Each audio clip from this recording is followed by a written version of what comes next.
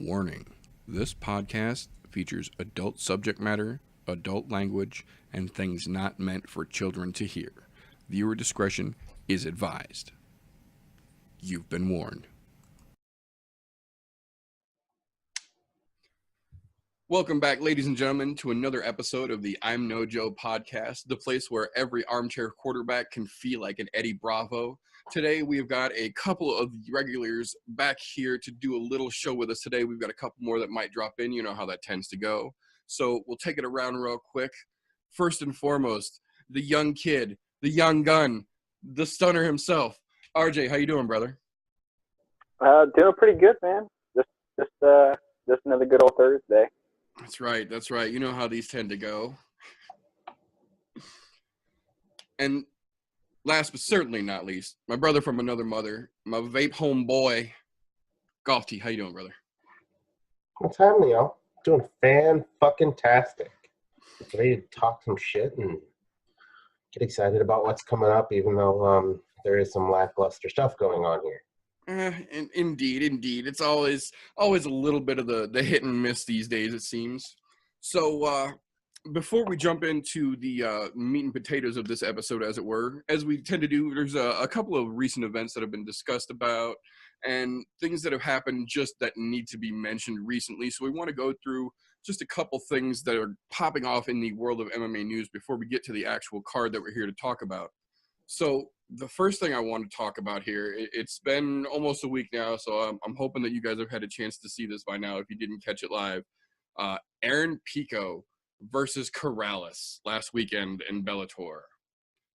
Aaron Pico came out looking spec-fucking-tacular, drilled Corrales with a beautiful uppercut that put him flat on his ass and had him in big trouble real fast.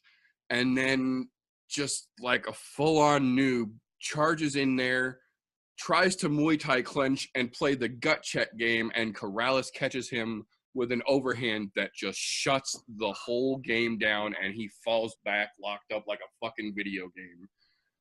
Out like a light. For a kid who's got such great hands and such great wrestling background as Aaron Pico,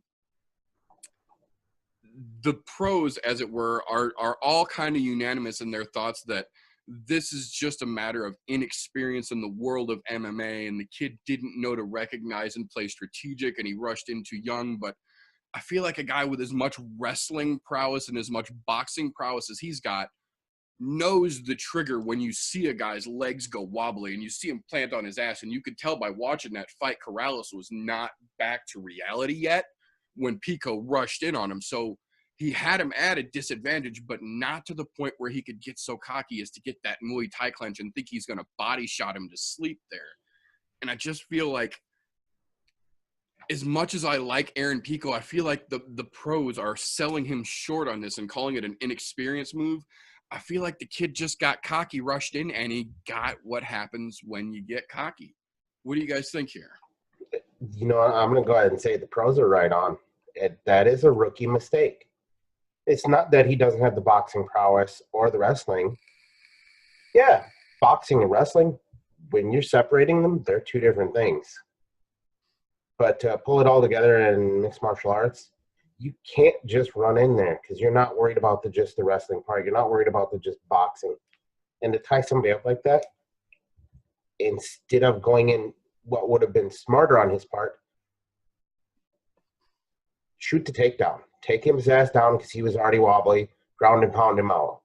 You would have had him done in just a matter of a couple seconds instead of fucking going out like a fucking light. I mean, you burnt the hell out because, to be honest, I think it was partially a simple miscalculation, but also it was a rookie type error. Yeah, I mean that's rookie mistake all day. And I mean, the other side of that is if you grab somebody in Muay Thai, and you gotta be careful. You gotta be careful. That shit could turn sideways real fast. That short turn sideways on him quick. And even before Corrales hit him with the overhand that put him out, as soon as he grabbed the back of Corrales' neck, it was almost like you saw the switch that neck twinge that you get when it's that fight or flight kicks in. And before Corrales caught him with the shot that put him out, he took a shot and then gave Aaron one right back in the gut. He's like, oh, we're playing the Muay Thai game. My ribs are strong, bitch. How about you? And then when he had him baited into that clinch, he came right over the top and good night, Sally. Yeah, like a lot of folks have that just go-to combo that'll put somebody on their ass real quick in certain circumstances. Pretty sure that was something that got drilled in that guy's head in training. Well, and that's one of those things that TJ Dillashaw was actually on Rogan's MMA show today, live this afternoon. And I didn't catch the whole thing, but the main part that they talked about for what I saw was TJ talking about Aaron, because Aaron trains at the training lab, TJ's gym. And he's talked about, like, that kid is a fucking monster on the mat. That kid is a monster on the mitts. It's just he doesn't quite have it all seamless just yet. And TJ kind of said that it's a little inexperienced, but it's a little he should have known better, and he kind of thinks he might have got caught up in the moment as well. I get it. Looking for that highlight reel knockout. You know, everybody wants one. But you know what? Your job as a fighter is to fucking win, not to get a fucking highlight. Look, the highlights are nice. They're going to come as long as you're putting everything together. That's how that works. You put your shit together, you're going to get the highlights. If not, you end up getting knocked the fuck out in cases like this because you were looking for the highlight instead of just looking for the finish. Yep, man, that's a sad state, and it's a true statement at the same time, because I agree 100%. It seems a lot like I don't want to be that guy that says all the new kids, but it seems like a lot of the more up-and-coming guys that are coming into their pro status debuts lately have been, all of them, really hungry for that highlight finish. Everybody's headhunting nowadays, and it seems like the newer crop doesn't understand that if you wait, it's that old Field of Dreams. If you build it, they will come. If you set that knockout up, they'll walk into it. But if you chase it, that shoe tends to get put on the other foot more often than not lately.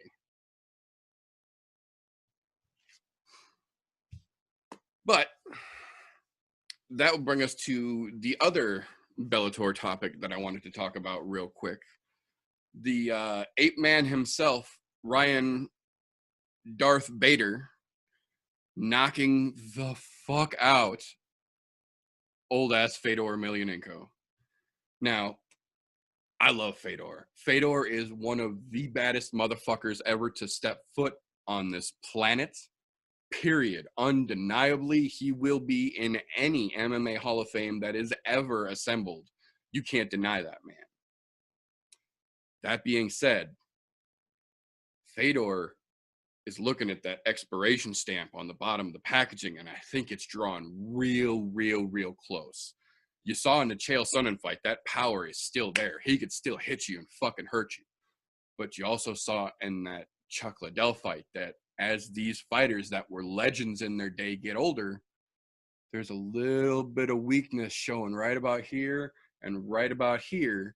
And Tito caught one right here for Chuck, and Bader caught one right here for Fedor. And the fucked up thing is it's literally the exact same fake right left overhand combination that he knocked King Mo out with, and Fedor was in the front row watching.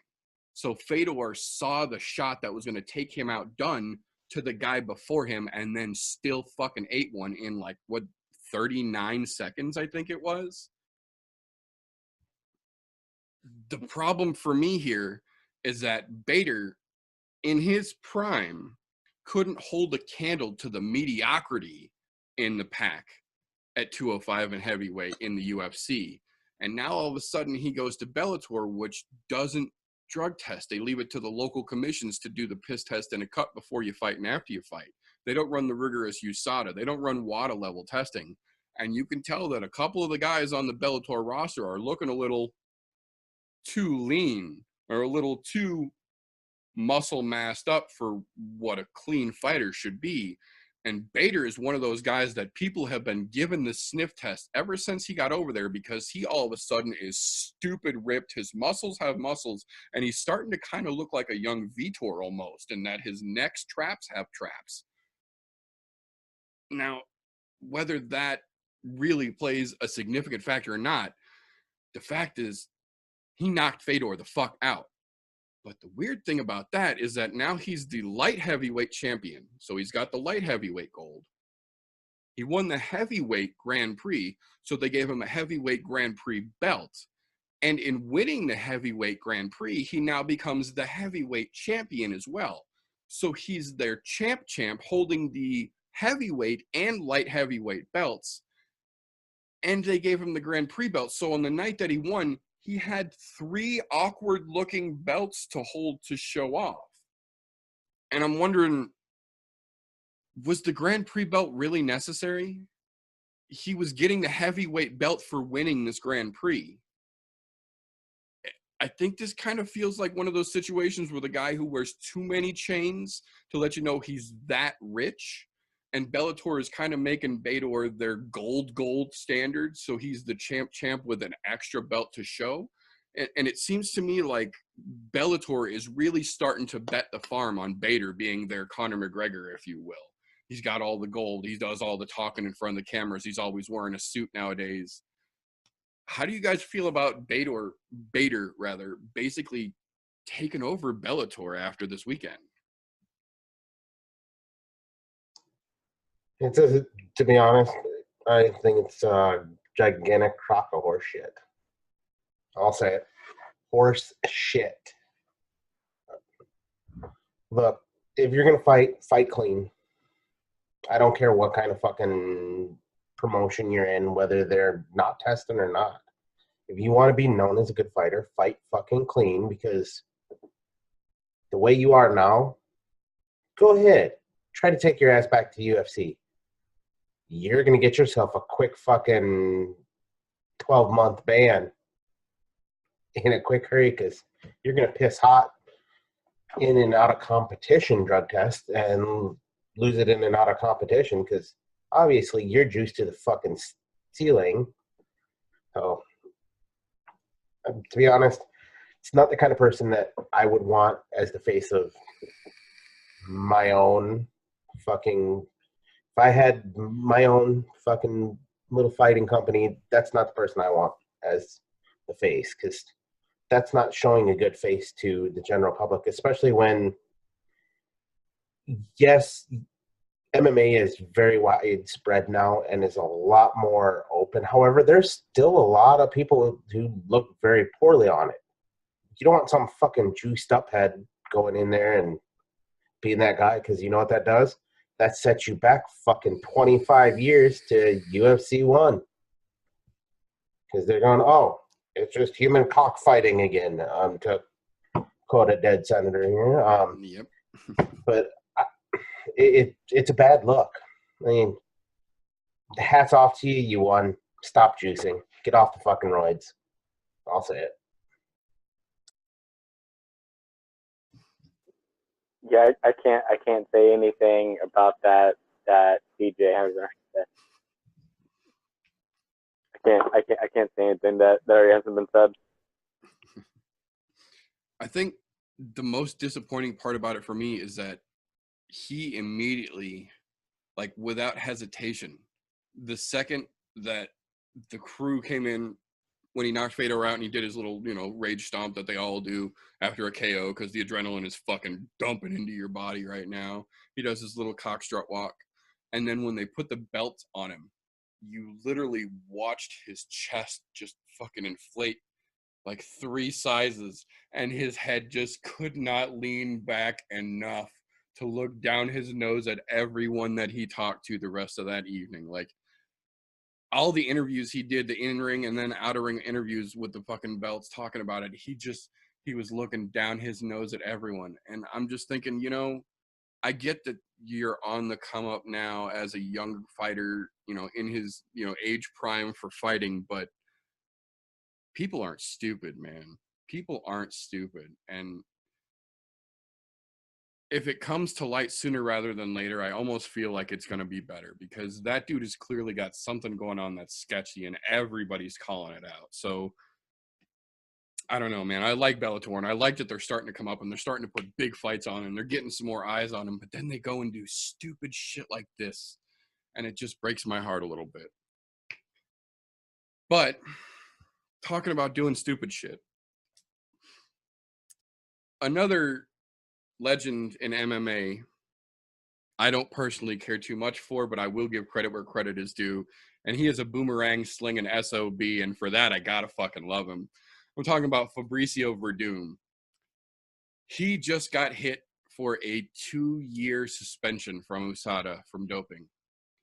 And immediately, his response was to go on Ariel Awani's new show on ESPN and say that he wants out of his UFC contract. He's under the impression that if the UFC will let him out of his contract now, because he only has 2 more fights left on his current run, he's under the impression that if the UFC will let him out right now, that he can, give up whatever it would cost him to let those other 2 fights go and would be picked up immediately by another organization where he'll be able to make UFC caliber money. I'm not saying that's not going to happen, because he's not a good guy, because he's not a good fighter. I wouldn't say that at all.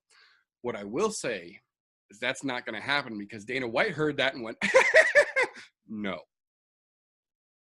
So, as ironic and fucked up as it is, instead of seeing Fabricio in what realistically is starting to be the tail side of his very historic career, we get to watch basically bench warming for the next 2 years.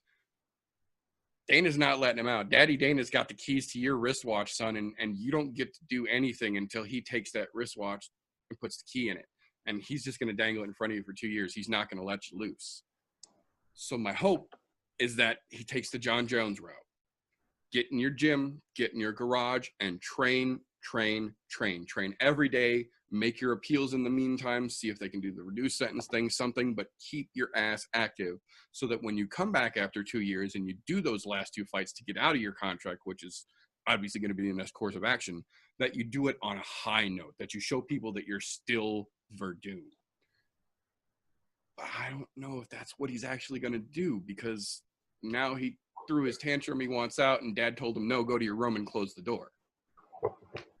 How do you guys think we're going to end up with Fabricio over the next 24 months or so? Well, God knows the second you say that in public, before you even talk to Daddy Dana, he's going to tell you no right out of spite. So, 1, you done fucked up. Not happening no more. 2, I don't think that it's he won't train, but he's not going to train to the amount that he should.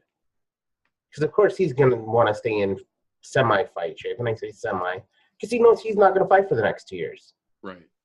Oh, when he gets out after his last 2 fights, whether they be wins or losses on the tail end of your career, he'll probably get picked up by Bellator.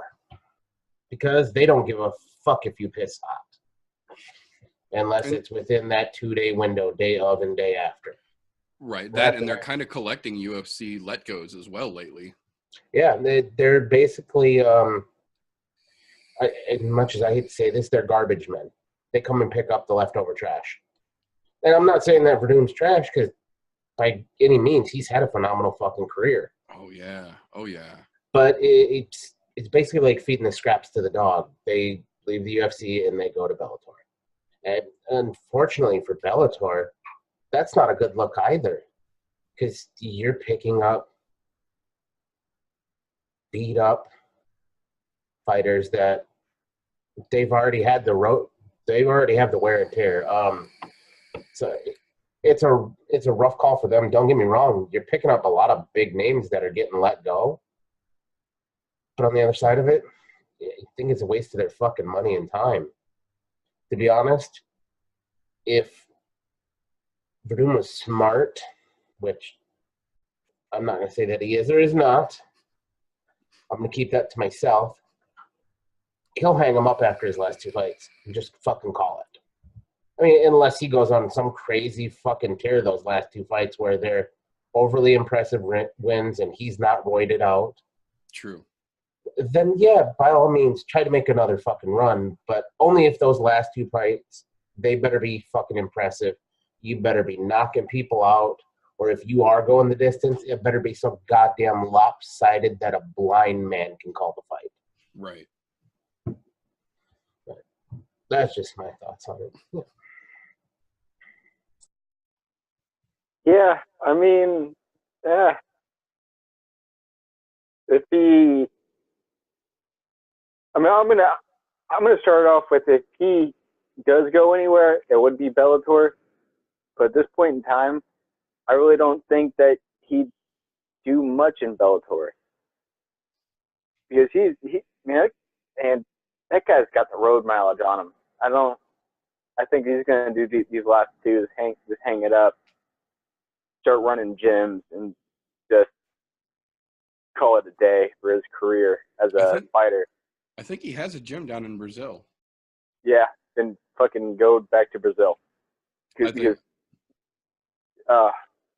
after the last two fights, I don't see him doing much that would be very impressive. Man's got his road mileage. You got all these young bucks that are coming in that can run circles around a motherfucker like they're nothing. I mean, especially in Bellator. Yeah. Yeah, they got a lot of young guys that are just fucking eager to chomp some names under their belt. Fuck yeah. I'd say last two fights and that's it. Hang them up. Go do something else. Go back to Brazil because motherfuckers from Brazil, you are gods. You are legends in Brazil. Yeah, dude. Oh yeah, he could definitely go back and live like a fucking king in Brazil without ever having to step in another octagon. I agree completely.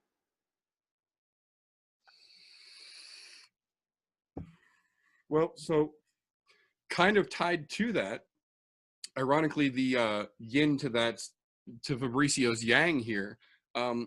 Another gentleman, ironically enough, this week, also very publicly asked for his release from the UFC.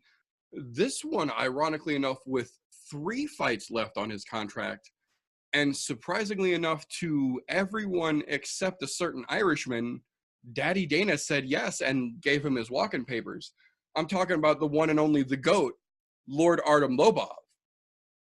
Now, everybody knew after the Boston situation, he was going to catch some hell from that because we understand that you're Conor's boy, but you're not Conor, and you don't have that same fucking pull with the organization that he did, which is why everything has unfolded the way that it has. And Artem's kind of been really stuck in second gear trying to get any traction going again with all the shit that's been hanging over him, on top of having, honestly, a mediocre record to begin with. Like, everybody loves Artem. He's the GOAT faux show, but you got to win a lot of fights in an impressive manner to stay as popular as Conor does. And if you don't win, you at least got to put on a good fight like Conor does. And Artem isn't always the flashiest or the best, most exciting guy in the octagon. And I think that kind of contributed to why Daddy Dana said, yeah, you can go ahead and go play in another playground. But my question is, with Artem being a free agent and still having the association with Conor that he's always going to fucking have, is anybody else realistically going to want to pick him up? Because it's not like the UFC cut Fabricio loose, where we all know Bellator would chomp at that bit. Look how quick they snatched up Machida. But realistically, do you guys think that Artem's going to get snatched up by somebody else? Or is he going to end up floating back to Russia hoping to catch a B-list fucking party gig, working the door at a nightclub? He could, in theory, get picked up. I don't think it'll be by Bellator, though. It'll be something like a ONE FC or something like that, where he's still going to be fighting overseas. He's not going to come stateside here. Probably I would think of a smaller size promotion like ONE, something that's fighting out of Japan or something like that. He might pick up and go to Russia, but he already has UFC experience. So, yeah, there's a possibility Bellator would want to pick him up. I don't think they're going to have the same – he doesn't have enough draw for them to want to pick him up and play trash man on that one. So I think it'll be something like ONE FC where they're that right on the edge. Or who knows, maybe old dumb Golden Boy Promotions. That's another option out there that with a terrible, just fucking ungodly, just terrible hot mess that is. They might pick him up. Only because there's one name tied to him. Conor McGregor, and that means he might show up at a press conference with him. And that's true. I didn't get a even little fucking ticket think draw. about that. I didn't even think about that shit. And De La Weirdo is just the type of asshole that might do that too. Well, and Wow. he's got that whole thing with "fuck you, Dana" right now. So Exactly. just saying, maybe that's his key to maybe pull Conor a little closer to him. Then That's a very good point. I literally didn't think about that till just now, and I think that's a damn good point. Fuck. God damn it. This world's so weird.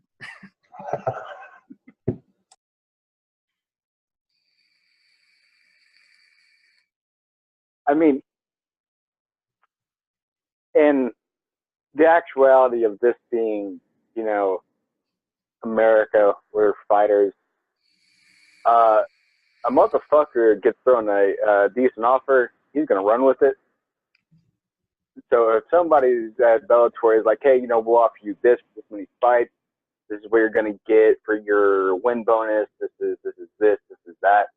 I mean, they throw the right amount of money, motherfucker's gonna say yes. And especially some young kid with somebody who is backing him like Conor, with just the entirety that comes with being associated with just that name in mixed martial arts. I mean, if he gets that offer, he's gonna fucking run with it. Whether that's Bellator, whether that's somebody in Russia, whether that's a Europe-based program, whether that's ONE FC. I mean, he gets the right offer, he's gonna fucking take it. That's I true. mean, I do the same shit. I do the same thing. And actually, right on those lines, now that I think about it, that's actually how, what the fuck is his name? Justin Wills. Wills or Willis? One of the two. That's actually how he just got his UFC contract. He was one of the guys that was on that fucking horrendous Golden Boy Promotions fucking fight card for Chuck and Tito. He fought on the undercard and performed very, very meh. He did a lot more. He reminded me a lot of the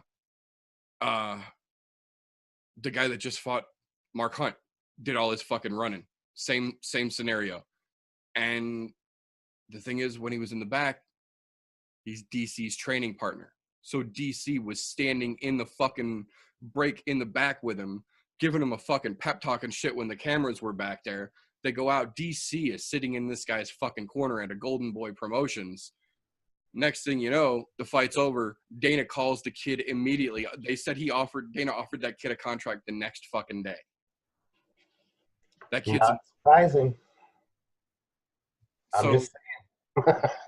that's absolutely a very good possibility that since it kind of went backwards there, that he could definitely be looking to burn Dana and be like, "Oh, you're gonna let Artem go? Well, we got you. Come play with our kids." What a strange fucking world we live in. Well, and tying right to that, so obviously the next thing that we have to talk about is what Tuesday's afternoon revealed to the future of MMA, the Nevada State Athletic Overreaching Commission. The rulings were officially passed down. Retroactively inclusive suspensions for Conor McGregor in a term of 6 months, which means he is eligible to fight again as of March 2nd. And then 9 months for Khabib, which means that he is eligible to fight September 9th, I believe is the date that they gave him to come back. Conor McGregor was fined $50,000, which he apparently paid immediately, not surprising. 25, I thought. Oh, did they cut it down to 25? Yeah, I think it's at 25 is what I saw. Oh, see. Either way, still something fucking just for him. Yeah, for him. That's like 50 cents for me. Right. And then Khabib, they set a fine of $500,000, which they're taking out of his prize money, which they are already holding in its entirety. And then they're going to release the rest to him, which he apparently is going to use to pay off the suspension fines for all of his teammates who were also caught up in this. The thing that is interesting now is that Khabib has come out and made a public statement that says he is never fighting in the state of Nevada ever again, thanks to this, which is kind of weird. That's like saying you caught me stealing and I'm never going to shop in your grocery store again. But, whatever. But the thing that this ties directly to is that this falls perfectly in line for what was being set up over the course of the last 2 weeks or so, which is Cowboy versus Conor for a spring card. Because we've got a card that's available, I think it's March 27th, and Conor's going to be available again as of March 2nd. Cowboy is cleared and ready to go at any point in time, said he's already back to training lightly to stay in shape. We realistically might have a Conor versus Cowboy fight now in the first quarter, the end of the first quarter of the UFC's ESPN era here. What do you think about how that might shake out? I already know that's not going to happen. I watched part of the thing today. Daddy Dana said, not happening yet. Because they specifically asked him about it. So we know that's not going to happen. I have a good feeling that Conor will fight him.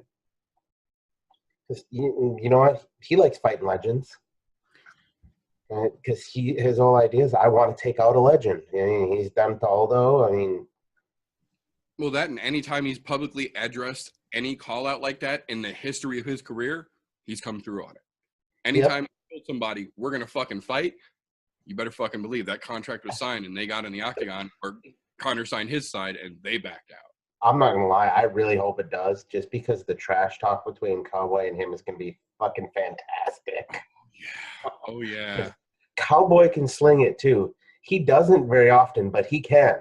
Well, and Cowboy's got a fucking leather hide for skin. Like, you'll be able to Conor's going to get under his skin. You know he's going to, but it's going to take some fucking super mosquito level burrowing to do it. You know what it'll be? He'll say something about his fucking grandmother. And that'll be the straw that breaks his fucking back. Guaranteed. I definitely see that possibility, but what I think it's going to be is he's going to say something about setting the example for his son.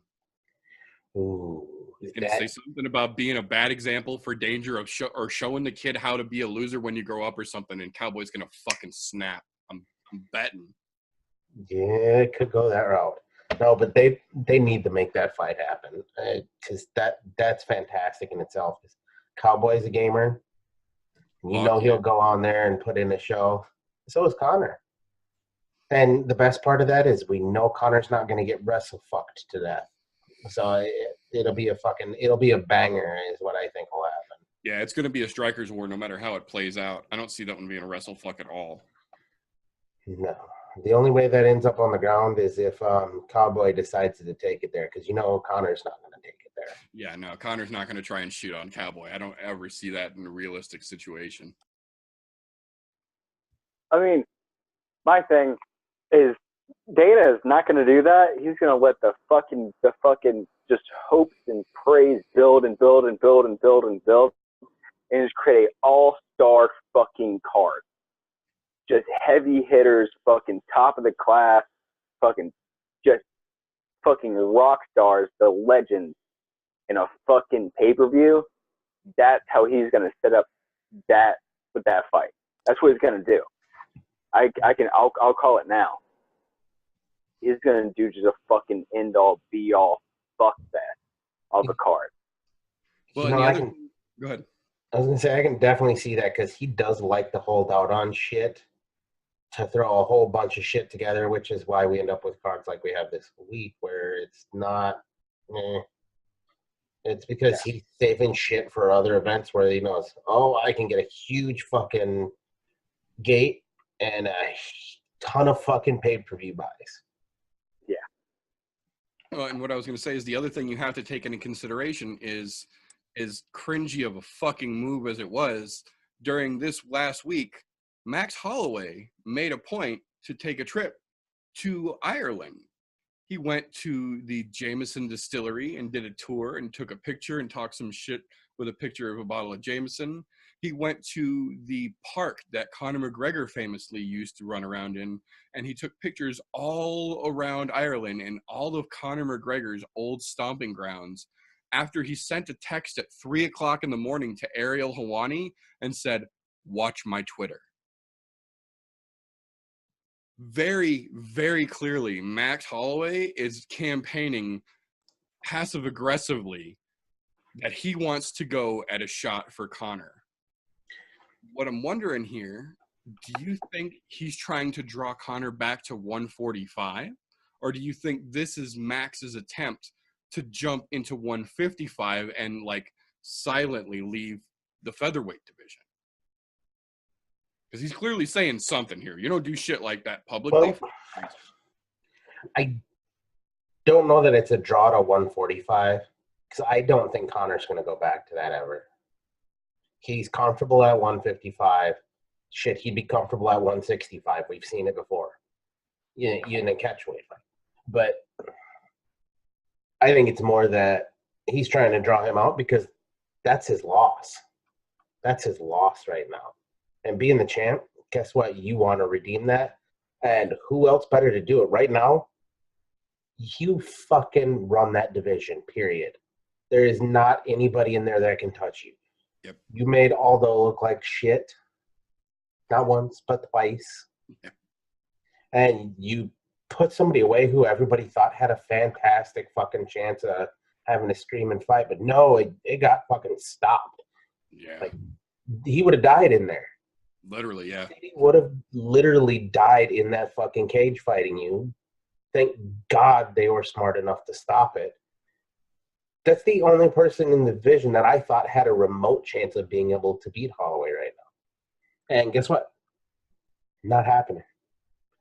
So, yeah, it's time to call out old Conor because, you know what? You got to get that W back. I understand where he's coming from. You know, it might be a little trashy the way he did it, but it's all right. And the great words of Max Holloway, it is what it is. Very true. The only other thing about it, really, though, at this point, Dan Hardy was talking about it yesterday. Said, you know, this makes sense that Max is trying to call Conor back out because that's his first professional loss. That was his introduction to the UFC, was Conor McGregor taking him into territory that he'd never seen before and working him in ways that he had never been fought before. And it showed that it was a young Max Holloway. And if you watch his fights, look at the fight against T-City and then look at the fight against Conor, and that's two completely different guys. So I completely understand wanting to show that you've developed as a fighter and you've grown as a martial artist and you're ready to avenge your first loss. But at the same time, in that situation, it's generally the guy who got the win who determines whether that gets run back or not, especially in a situation where, yes, Max is probably the best 145er ever to put the fucking gloves on. He is fucking undeniably great, and you have to look at that objectively at this point.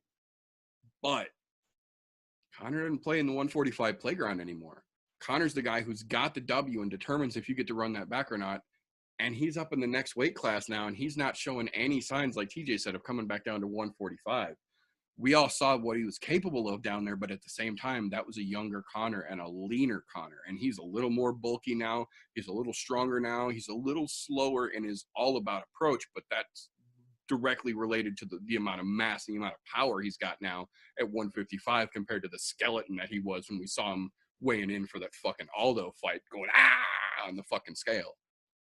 So realistically, I think as much as I understand Max's attempt to subtly make those jabs, because everybody knows you want to get Conor's attention, you got to fucking jab him. And those were nice little slight hayas. At the same time, Conor's got his eyes on Cowboy right now. And after Cowboy, he's looking to get back at Khabib. So I think what he inadvertently did was give Conor more ammo to hang over his fucking head and tease him while he doesn't fight him. I don't see Conor taking a Max rematch until the realistic possibility or the ultimate denial of his chance to go back at Khabib gets run through.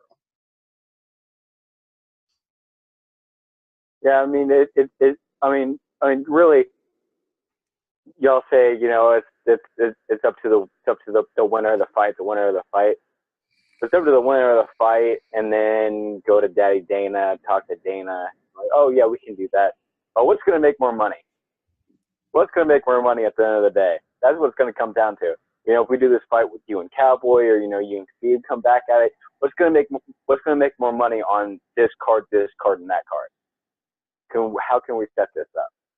So that's all what it's going to come down to.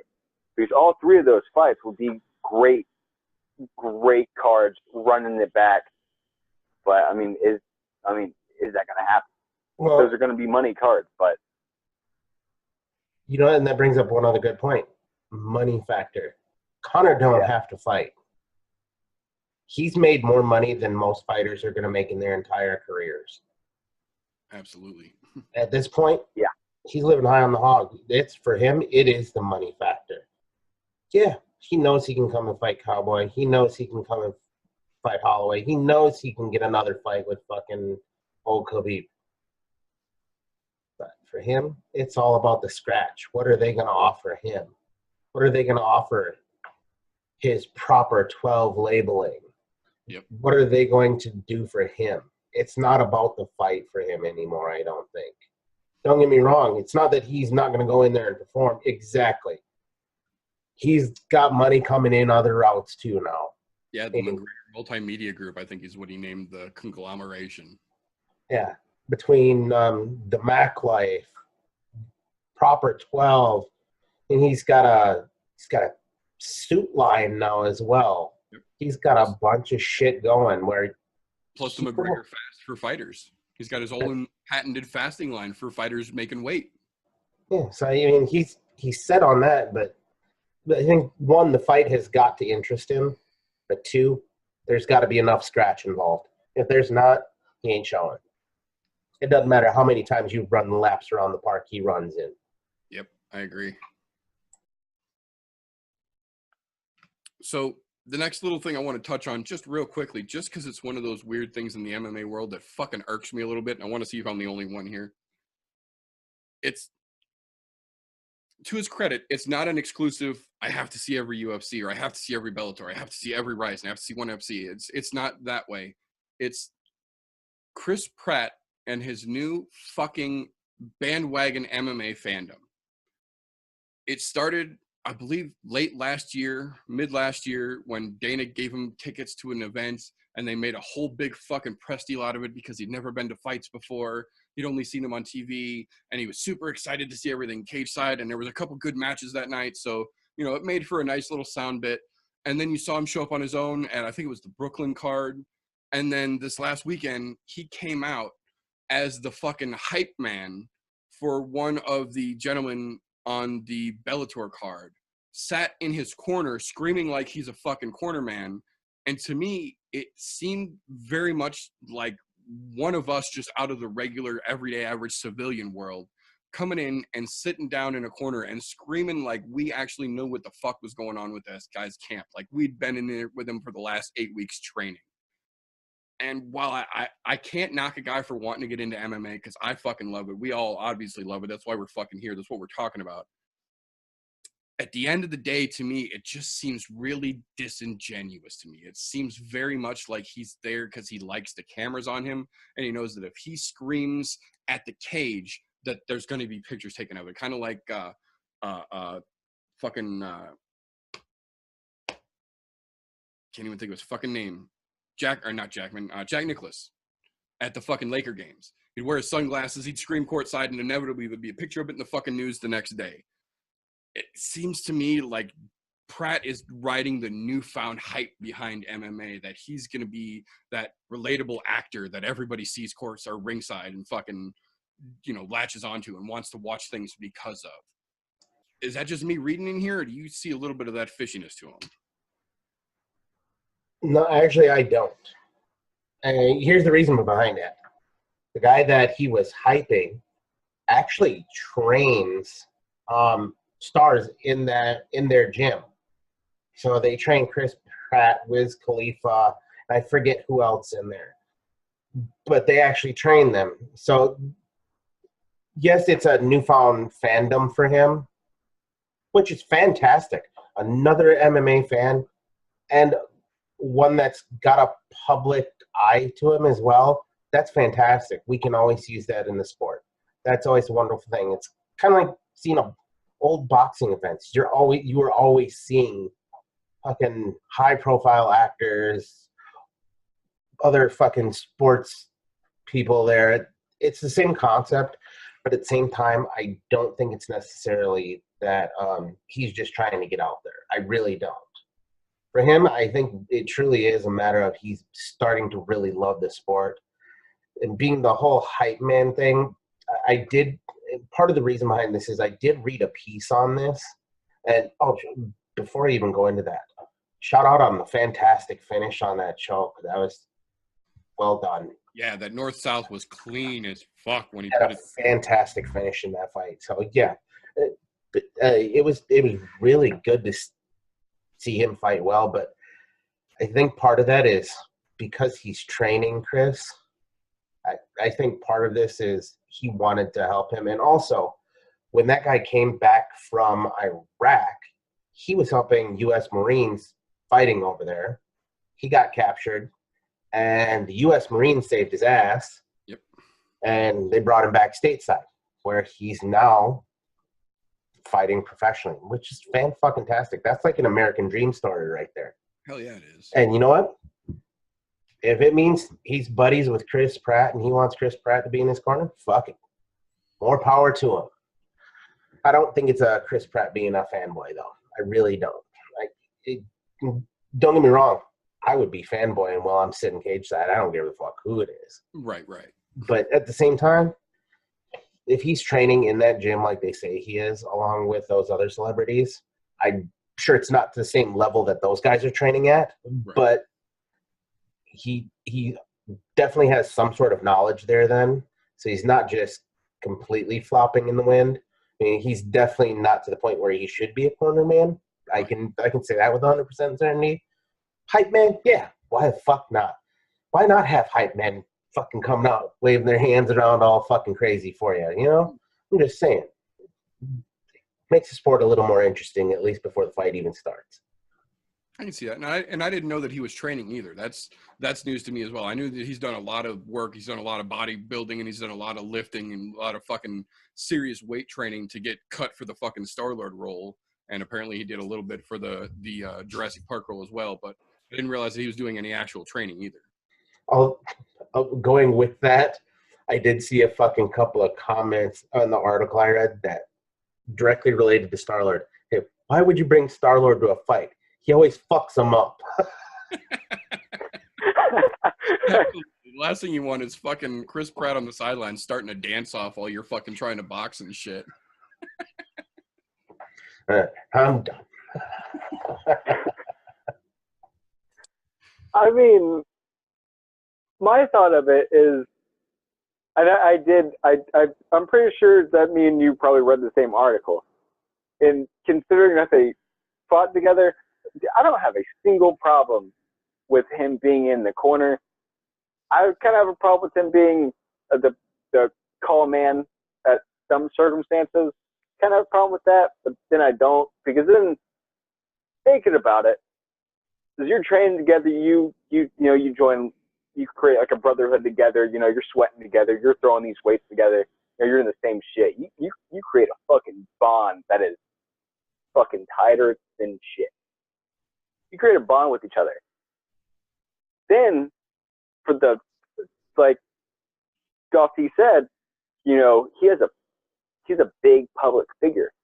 In saying that, think about the amount of people that he could get in the MMA, just like he got turned into MMA. That means more MMA fans just off of him becoming a fan. People that don't know MMA, they don't think about it. Like, they're like, oh, Chris Pratt is getting an MMA. You know, maybe I should check this out. Then boom, you just got another fan hooked. I mean, that's what this is. That's how we all became doing this. We were fans. And I think that's a good fucking way to create a fan base behind the sport. Is get a fucking celebrity behind it. Very true. Get him to train with him. Yeah, that's a good fucking way to create a goddamn fan base. I mean, it's kind of cheap and backdoorish, but I mean, hey, I ain't got a problem. Fan base is a fan base. Well, it was Bellator. Right. Yeah. Right. Yeah. Yeah, they're no strangers. Fan base though. That's very true. Very true. So the next thing I want to talk about real quick here, they have confirmed it this week. It is set. It is happening. Wonder Boy makes his return to the cage against Anthony Pettis, moving up to 170 for a temporary fight before he comes back down to 155. Eesh. I mean, on one hand, I'm glad to see that Pettis is healed up because apparently his wrist was fractured in that fight against Tony. So he was apparently injured. It's good to see that he's taken some time off. He let himself heal up, and that in healing up, he ballooned up a little bit. So instead of trying to rush his body back to 155, he agreed to take this fight at 170, so the cut will be a little easier on him. And then after the 170 fight, then he can get back to the hard work and get back down to the regular 155 that he wants to stay at. But at the same time, I'm immediately reminded of a statement that Cowboy made when he was talking about going up to 170, in that he realizes that everybody does a little bit of weight cutting to get down, but he didn't realize that the difference in the amount of weight that the guys cutting to get down to 155 make versus the guys that cut down to fight at the 170 level make. And if you look at Wonder Boy out of competition, like when he did a couple of the press interviews this week, that boy's stickered in a Snickers. And then you look at Pettis. At his biggest, he's like not small, but I don't know if the combination of taking time off to heal and fighting at 170 against a dude like Wonder Boy to begin with, but then a dude as big as Wonder Boy, because he's a large fella. I don't know if this is going to be a smart move for Pettis. I understand wanting to take a fight to keep your name out there, to keep active. And, you know, on the other hand, it's also a little bit of a challenge because he's not a 170 guy traditionally. But I think realistically, this might be a bad move for Pettis, at least in my eyes here, because one, he's got a chance of getting the living shit beat out of him by Wonder Boy, because that boy's fucking dangerous everywhere. And he's also coming off the anger of Till and fucking Woodley beating him and both talking shit about him afterwards. But I think that this is going to be a little too, for lack of a better terms, Conor-esque, in that if you're not a 170er and you're not used to 170 dudes are going to ragdoll you like fucking Nate did the first time that Conor fought him at 170. That's a different division. That's 20 fucking pounds, 15 pounds rather, different than what you're used to competing at. And whether you're bigger now and you're trying to translate, that's not the same as being acclimated to fighting at 170 like a Wonder Boy is. I think this is going to be a bad night for Pettis. What do you guys think? Well, you're right on with that. That's going to be a bad night for Pettis. That is not a good look for you, Pettis. Sorry, buddy. I love you because you're a Wisconsin boy. But at the same time, that is not the way to reintroduce yourself after injury. Especially not somebody of the caliber of Wonder Boy. I mean, but I'm just saying here, Pettis is going to get knocked out. I'm going to call it now. Long before we even get into fight hype or anything, I already know what's going to happen. I love Pettis, but one, he's not going to be able to close the distance because fucking Wonder Boy's kind of lanky, especially for that weight class. Yeah, he's a long 170. Yeah, and you look at Pettis when he's down at fucking 155, he's about average with the rest of them at 155. So that jump up, that's a big gap to cover, not just the weight wise, but just the length. Yeah, the reach distance is going to be that's going to be a huge thing for him. And he's never really fought guys that are that much lankier than him, because even if you go all the way back to fucking WEC days, when he was fighting with the likes of fucking Benson Henderson at the time, those two about the same reach. There might have been an inch either way, but still, he's never had to deal with that. So it's a bad look for that. And also the power aspect. That power aspect is a whole different beast when you jump up 15 pounds. Yep. There's a reason why a lot of people want to cut weight, because they know they can't compete at that power level. Where there's some of those guys, if like Wonder Boy, when you looked at him, he's probably looking a solid, I would venture to guess, 210.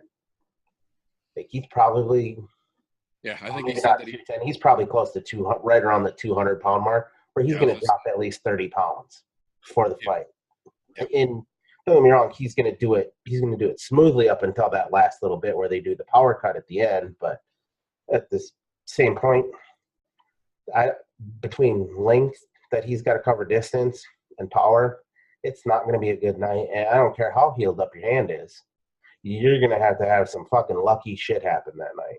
And it's not that you're not a good fighter. You are. You've been the champ. You have highlight finishes. And not because you were looking for them, they just so happen to come. Just another one of those examples I'm saying. Young guns, don't go looking for the fucking highlight reel knockouts. Just let the game come to you.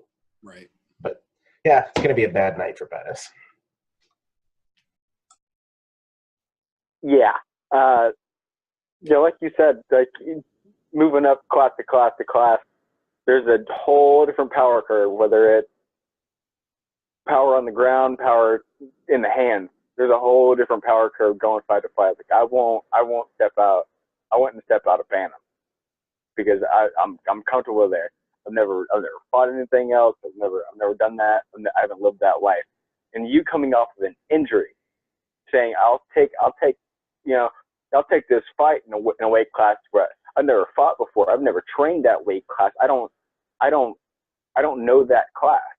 Dude, you are making a stupid fucking mistake. I mean, everybody gets lucky from time to time. I mean, it'd be pretty fucking spectacular to see something happen. But I mean, I just don't see that happening. Regardless of if it was Wonder Boy or if it's somebody else, and that's a whole another ball game. That's a whole another ball game. Going class to class. That's a different fucking ball game. That's a different beat.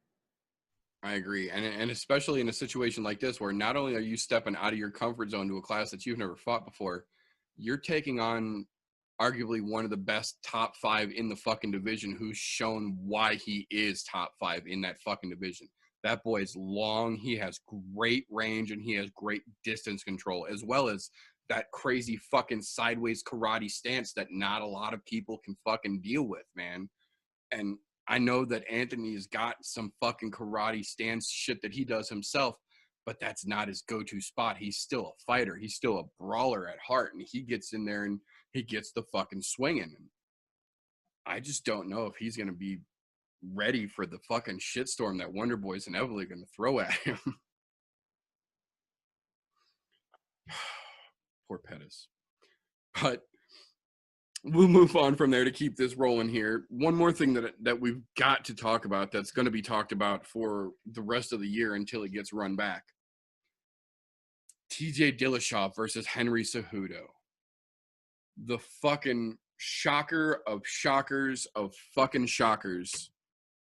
Now, I am very vocal in how displeased I am with the outcome of this fight. Not because of Henry's performance, but because of Mark Goddard's. Henry clipped TJ, and he clipped him clean. And even TJ said this afternoon, he didn't expect that. That is nothing like the TJ that they, or the Henry rather, that they trained for. That's not Cejudo's typical style. Props to Henry for coming out a completely different fighter, and it fucking worked. He caught TJ, he caught him clean, he caught him hard, and he caught him early, and he fucked him all kinds of up. But if you have ever seen any of TJ Dillashaw's fucking illustrious career highlights of fights, that boy can get put on his ass staring into swirling cartoon birds and stars, and 2 seconds later be on his feet, completely coherent, and swinging to take your fucking head off your shoulders. In this situation, it has been slow-moed and reversed angled every which way under the sun since the fight has ended. And it is clear as daylight that when Mark Goddard jumped in to stop that fight, TJ, yes, was on the ground, but had shot a single leg and had Henry's leg pulled out from underneath him and was getting ready to drive forward and try and take Henry off his fucking feet when the ref stopped him. He was turned away. He was dodging punches. He was actively defending himself and putting an aggressive single leg against Henry, and they stopped the fucking fight. And then, of course, as is his fucking tradition at this point in the game, the second the fight is over, Henry begins talking shit, trying to call out TJ for his 135 belt, talking about immediately leaving the flyweight division after saving it. I have watched this ending no less than a dozen times in the last week, and I cannot in any way, shape, or form understand from his perspective, how the fuck you stop that fight in that scenario during a champ versus champ fight, to give him that little of an opportunity to recover himself when he's actively moving. How do you guys feel the stoppage came down? It was bad. It was just a plain poor stoppage. I mean, anyone who's in those weight classes, the 135, 145, anybody in those, for lack of better terms, what I'm going to call super tiny motherfuckers, they recover so goddamn quickly. If it happens like that in the first round, you should give it a little extra time, because you know what? The recovery period for them in the beginning of a fight is so much quicker than a heavyweight. Don't get me wrong, that's a heavyweight. Yes, stop that motherfucker, because some serious damage can be done. When they're little like that, don't get me wrong, they still got some bang behind them, but not to that point. Don't get me wrong, that was a clean ass clip behind the ear. He fucking got him square as shit. He had him dead to nuts on that, but he also recovered. I'm just saying, poor stoppage. Don't get me wrong, I want to blame Goddard, but at the same time I can't. His job is to protect the fighters. He has to go off of instinct alone. And I can understand from his angle, it looked like he was getting fucked up. For the rest of us who saw it, it really wasn't that bad. I mean, don't get me wrong, it looked bad at first, because that whole fucking glass. The second clip definitely had him looking into the fucking bleachers, for sure. That's what I said. I seen that. I seen that clear as day, but I also seen how fast he was recovering once he hit the ground. Yep. It's, to be honest, for me, once he hit that ground, it looked more like a flash knockout, because you saw him start to come back to immediately. Yep, right away. Flash knockouts are a thing. They happen. It comes with fighting. What are you going to do? Fuck, you can have a flash knockout because you slip in your goddamn bathtub, hit your head, and you'll pop right back up. And that's only because you knocked yourself out, and then the second time your head hit the tub, it woke you back up. Same concept. But I can't say that it was a bad stoppage. I don't agree with the stoppage, because I think it should have went longer. However, on the other side of that, I have to play devil's advocate. His job is to protect the fighters. And you know what?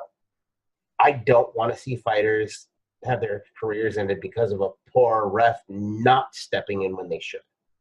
Very true. So, yes, I'm not happy with the way it ended. Just to be honest, I'm not going to lie, I don't like either one of them. But I would have much rather have seen Cejudo get his shit kicked in and then go, oh, I couldn't save the division because I'm a lousy sack of shit. But that is what it is. To be honest, I'm not going to say if, I'm going to say when they run that back, because it's going to happen. Oh, yeah.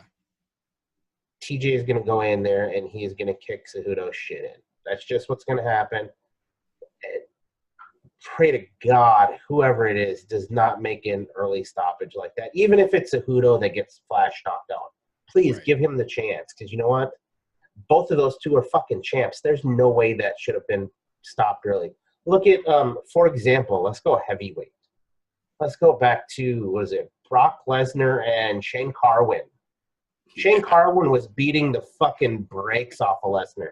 They could have stopped that fight and gave the title to Carwin, but they allowed it to go on, and Lesnar came back and won. Not that I like Lesnar. I like his attitude and the way he talks shit, because I think it's fucking hilarious. Right. But I think that's because he's lived in the WWE land for too long. But that's neither here nor there. That's one of those things where if you're the champ, you have to give them the opportunity to continue.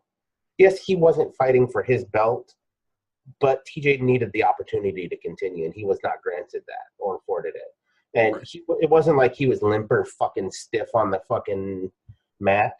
He was still moving, and he was still up.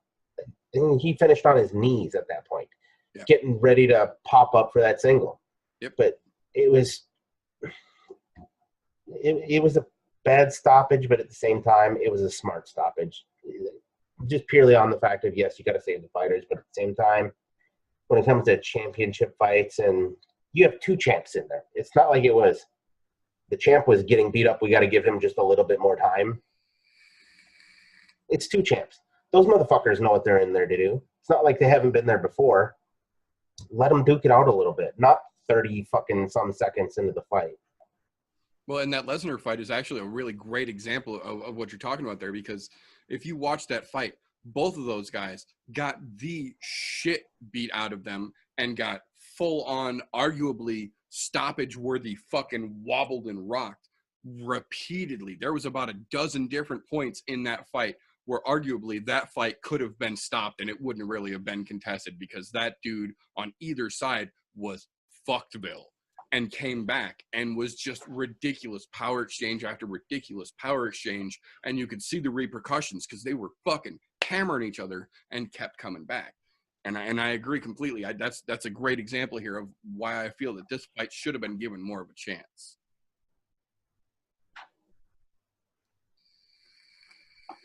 Yeah, I honestly can't say, again, anything that has already been said. I mean, it's a ref's job at the end of the day to do his job and protect the fighters. I mean, that was a bad call. Bad call. Regardless of if there was a champ, if there wasn't a champ, like, I'm, as TJ said, one of those small motherfuckers. That's me. Hi. I'm one of those guys. We fucking bounce back quicker than shit. I mean, you gotta let them hit the ground, give it about 30 to 45 seconds, and see what happens. If they're not trying to make forward movement, forward progress, and then I mean, that'd be a comfortable. Okay, it's over. I mean, give them more than fucking 5 seconds to try and get back up on his feet, or try and set something up so he can move forward. But in the heat of the moment, a ref is a ref, and they can only call it as they see fit in the heat of the moment. So you could be mad with it, but you still have to respect the decision of in the moment. I'm only seeing this angle. Very true. Very true. So a couple more little points I want to hit on real quick before we get into the card for this coming up weekend.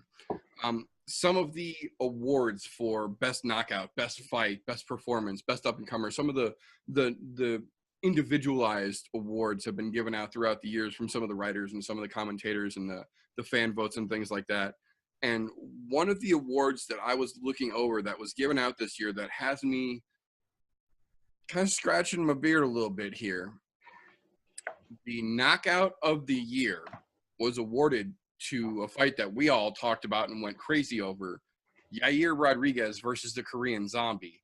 That 4-minute, 59-second in the fucking last round, reverse upside down, blind fucking elbow that lucky fucking stars landed and dropped the fucking Zombie to give that fight to Yair with his face looking like fucking hamburger. On one hand, I will absolutely acknowledge that was a fucking one-of-a-kind, glorious highlight reel knockout. That was fucking ridiculous. That it looked like a fucking cartoon anime kung fu move that should never really work in the octagon, and it just so happened to fucking work. And I am willing to acknowledge that looked beautiful from an outside point of view. But from someone who watched that fight and saw how lucky that fucking landing was, and especially compared to some of the other notable Francis versus Overeem knockouts that happened during last year, where people's fucking soul was astrally projected out of their fucking body. I don't understand how Yair's can take knockout of the year. Now, is that just me, or do you guys think that there might have been a couple better shots that might have gotten knockout of the year worthy? I can count more than I have on my fucking fingers and toes that were better than that. Don't get me wrong. That's a cool fucking highlight because it's some shit you're probably never going to see again. Right. But I think because look who's giving the award. Start there. Look who's giving the award. They're not fighters. their media, fucking just sports writers. I'm not going to call them idiots because they're sports writers. I get it. But at the same time, not a one of those motherfuckers is really paying attention. They're like, that one just looked the coolest. That's why we're going with that. Because that shit did look cool. I'm not going to lie. I was fucking jaw dropped and going, wow, that's fucking cool. But I also went, if you just rolled that 20-sided dice, you hit 20 on the fucking nuts. Because there's no way in hell that you'll ever pull that off again in competition, ever. In fact, I don't think you even trained that shit. That was a last-minute desperation, I'm losing this fucking fight throw. And he was losing the fight. Look at him. Oh, yeah. He was beat. He looked like the Punisher got a hold of him. Like he slammed his face in some fucking glass. Like he only wants him to remember one name, and it's the Korean fucking zombie. He should have won that fight, but you know what? Even the sun shines on a dog's ass every once in a while. That's how that fucking worked out. So no, that should not have been the fucking knockout of the year. Whoever the dumb cocksucker was that said, yeah, we should throw that one up there for a vote, should go jump in front of a truck because you were a useless pile of dog shit. In fact, maybe you take your dog with you so the sun will shine on your dog's ass while you get hit by the truck. So I was actually at the gym today, and we were talking about some of these. And one of my trainers was talking about it, and he was just, we're talking about this particular one because they actually were reading them off while we were at the gym, and we were getting a little water break. And one of my trainers said, knockout, if you're going to have a knockout of the year, have it to be something that can be recreated at least one other time. If you're gonna give somebody a knockout of the year, give it to something that can be recreated. Every now and then you get those crazy ass, just out of the blue, lucky fucking shots. Sometimes, yeah, you could give a motherfucker a knockout of the year, but I mean, you're not protecting yourself in a situation such as that elbow. You're not protecting yourself. That's not a smart move because you're setting yourself up to get pretty fucked up. Because a whole section of your fucking body is unprotected. And I looked at that, I listened to him, and I was like, shit, that's a pretty good fucking idea. That's a good fucking idea. Yeah, especially with, you got to think, like, if you think greatest knockout of 2018, the first thing that stands out in my mind is fucking Francis putting Overeem into orbit, man. Like, there was, granted, like we said, that fucking Yair elbow was definitely a flashy, holy shit, that just happened kind of thing. But at the same time, that Francis versus Overeem uppercut from hell was played on SportsCenter before there was ESPN with UFC. That shit was on every MMA highlight page. That shit had rookies talking about it. That shit had casuals talking about how Ngannou was such a terrifying fucking striker.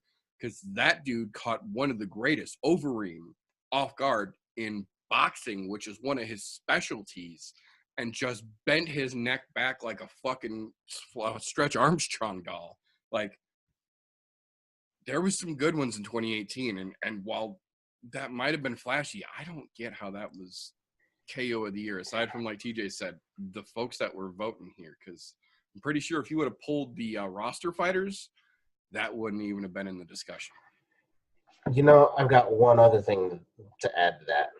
For Yair, that is his Anthony Pettis moment. That's what that is. That's right. That's right.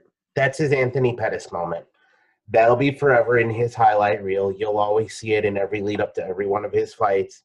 Yeah. Because it's some shit you'll never see happen again. I agree. I agree completely.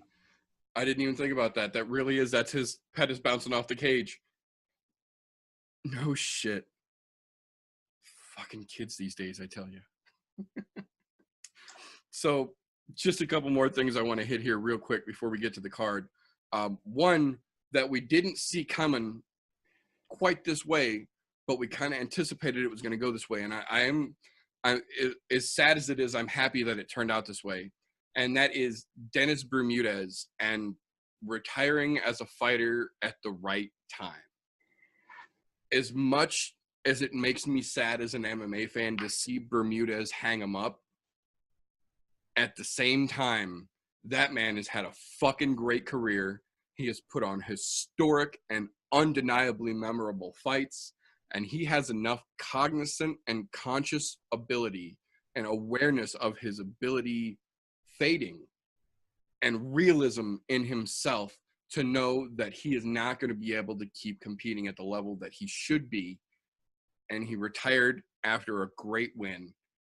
And I think as much as we mess around and we joke about guys who should hang them up and who should have hung them up, but they still don't, and guys that step out too early when they shouldn't have, I feel like in this situation, Dennis Bermudez is one of those great representatives that we can look back to over the next developing phase of MMA and point younger fighters to say, look, you don't have to always go for the gold or go home. When you finally realize that you aren't doing what you should be able to in your mind to compete at the level, there's no shame in bowing out.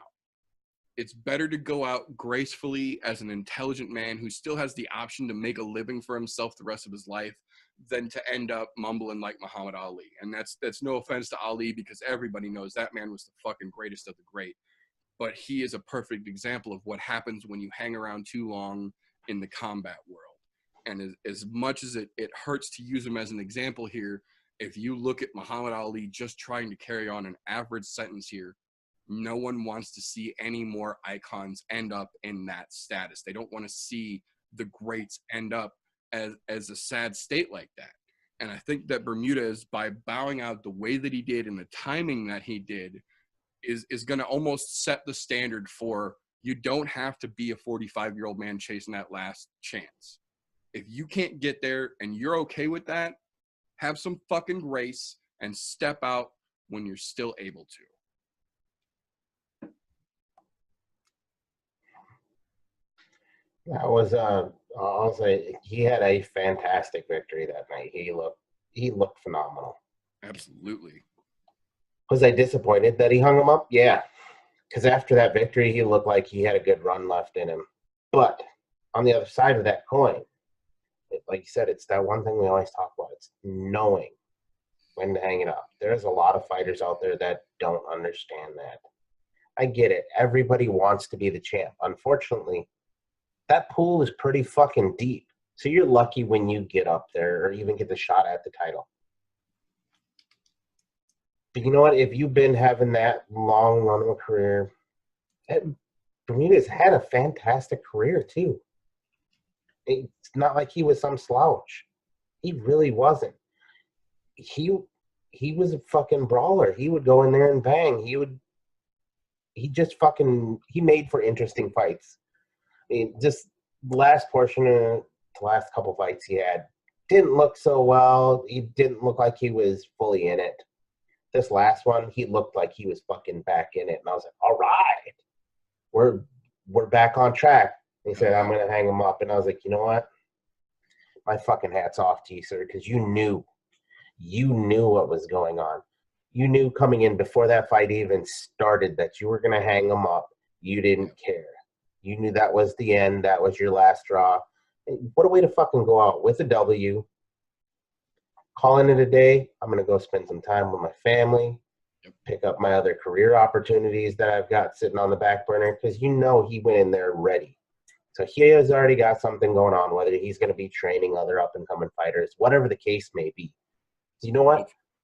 I hope he is, because you know what? In my opinion, those fighters that do hang it up, that are legends, that have fantastic careers, I hope they take the time to pass on their knowledge to improve someone else's game, that maybe they can train that person into a champ. So you know what? For me, that should be part of their mindset, is giving back to a sport that's given so much to them. Because yes, the fame, the money, and all that comes with it, but give something back. Well, and just the knowledge that a guy like Bermudez could pass on to a younger fighter, to an up-and-coming guy, like aside from the hats off reason that we're talking about him here for knowing when to hang it up intelligently, but for moving through his career so fucking intelligently as it was. He never took stupid fights. He never got crazy. He never got sloppy. He's not a guy that for rushing in blind. He always fought technically. He always fought intelligently. His fight IQ was always very great. You could see him reacting in time throughout all of his fights to what was going on. He literally just was the definition, in my opinion, of a great fighter who just never got to hold that top of the mountain like he possibly could have or should have in some situations. But I feel like exactly what you're saying here. The thing for me ideally would be to see him transition into a role where he has something to do, whether it's his own gym or whether he's just taking up a coaching role. I would love to see Dennis Bermudez now move into the side where he's helping up-and-coming fighters. Yeah. I mean, one thing is, like y'all said, is knowing when to put it up. But you can look at the fight that we just talked about at the very opening of this, and be like, yeah, it's time you hang him up. Talking about legends, it's getting to be time where you need to hang him up. You're starting to trying to give a little lackluster performance, But if you can look at yourself, it's like, all right, dude, this is it for me. This is it. Like, one, and it meant this amount of respect to you as a fighter and as just a human being, to not be cocky and to keep fucking pushing yourself and pretty much turn yourself into fucking nothing whenever you actually are forced to retire or you retire yourself. I mean, there's a whole lot of respect to go off and be like, this is it. And another thing that TJ said is he gave a fucking beautiful performance. Gave the absolutely beautiful performance. I think if he knew that this is it for me, regardless of the outcome of the fight, if it was a W, if he's taking an L, I think that he would have fucking set himself up, got in his head and put into a mindset that I'm gonna fucking knock this shit out. I'm fucking going in. I'm not holding anything back. I'm just gonna let the fucking flags fly. I'm letting this shit go. It's my last fight. I'm fucking going out with a bang. I agree. And even if it seems like he really even if he lost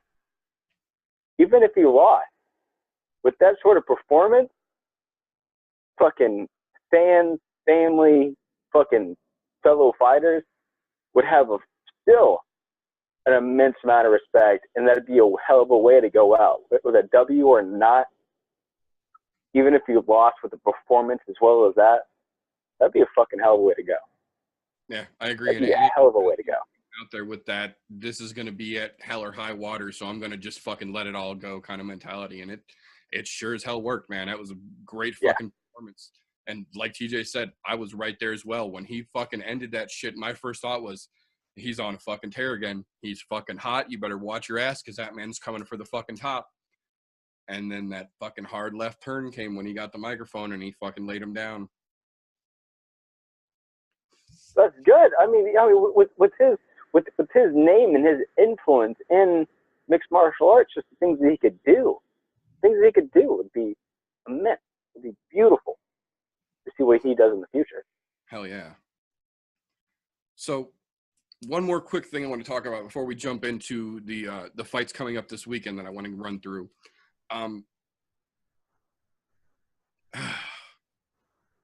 We talked about this guy, and we talked about this guy, and we went over a bunch of reasons why we didn't fucking agree with him even being there. And it seems like through the fates of the MMA gods, we were proven right, but not for the reason that we thought it was going to be. Now, I'm talking about Greg Hardy. Now, none of us agreed that he should have been there to begin with.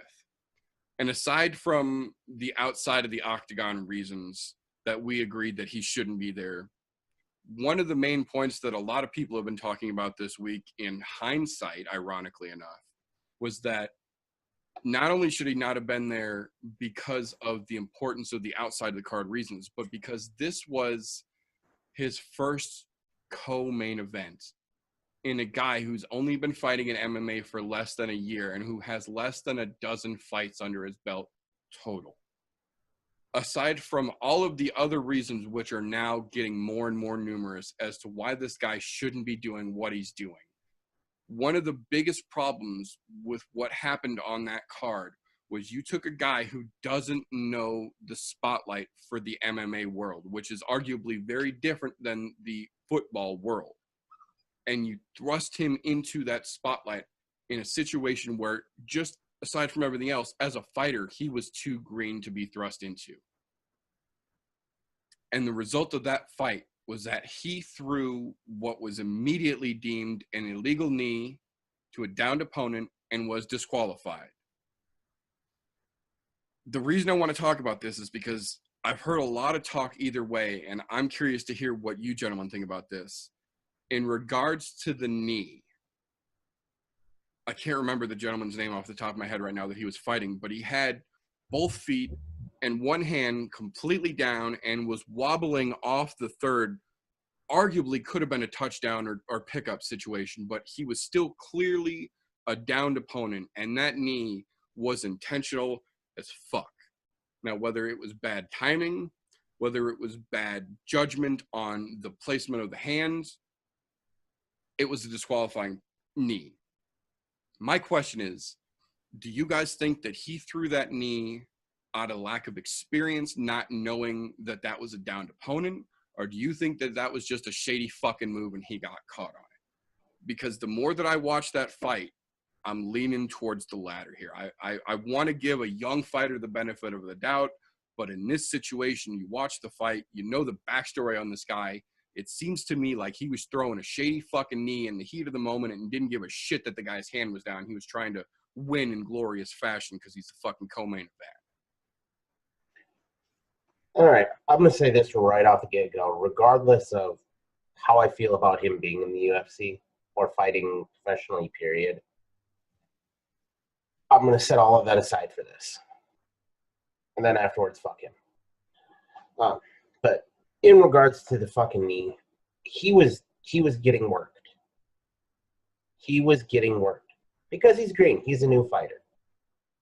He was in there with somebody with a lot more experience that was working him, taking him into deeper waters. That shit, that fucking knee, that was not accidental at all. That wasn't a rookie mistake. They tell those motherfuckers the rules in the back, again, before they bring them out. Every fucking fighter goes through the same thing. You know when you're fighting in whatever sanction you're fighting in, whether they have adopted the new unified rules or not. So you know what a downed opponent is wherever you're at. You took that as an easy way out because you knew you were getting worked. You were going to get worked some more. You just happened to be in a good enough position at the time to throw an illegal knee and pray to God you weren't going to get caught. You got caught. So no. It's not a rookie mistake in this case. That was clear as fucking day. 2 hands on the head and a fucking knee, that's on purpose. That's not an accident. Oh, I didn't know he was grounded. The fuck you didn't. He could have been on his belly in 2 seconds. The motherfucker had weight on his hand.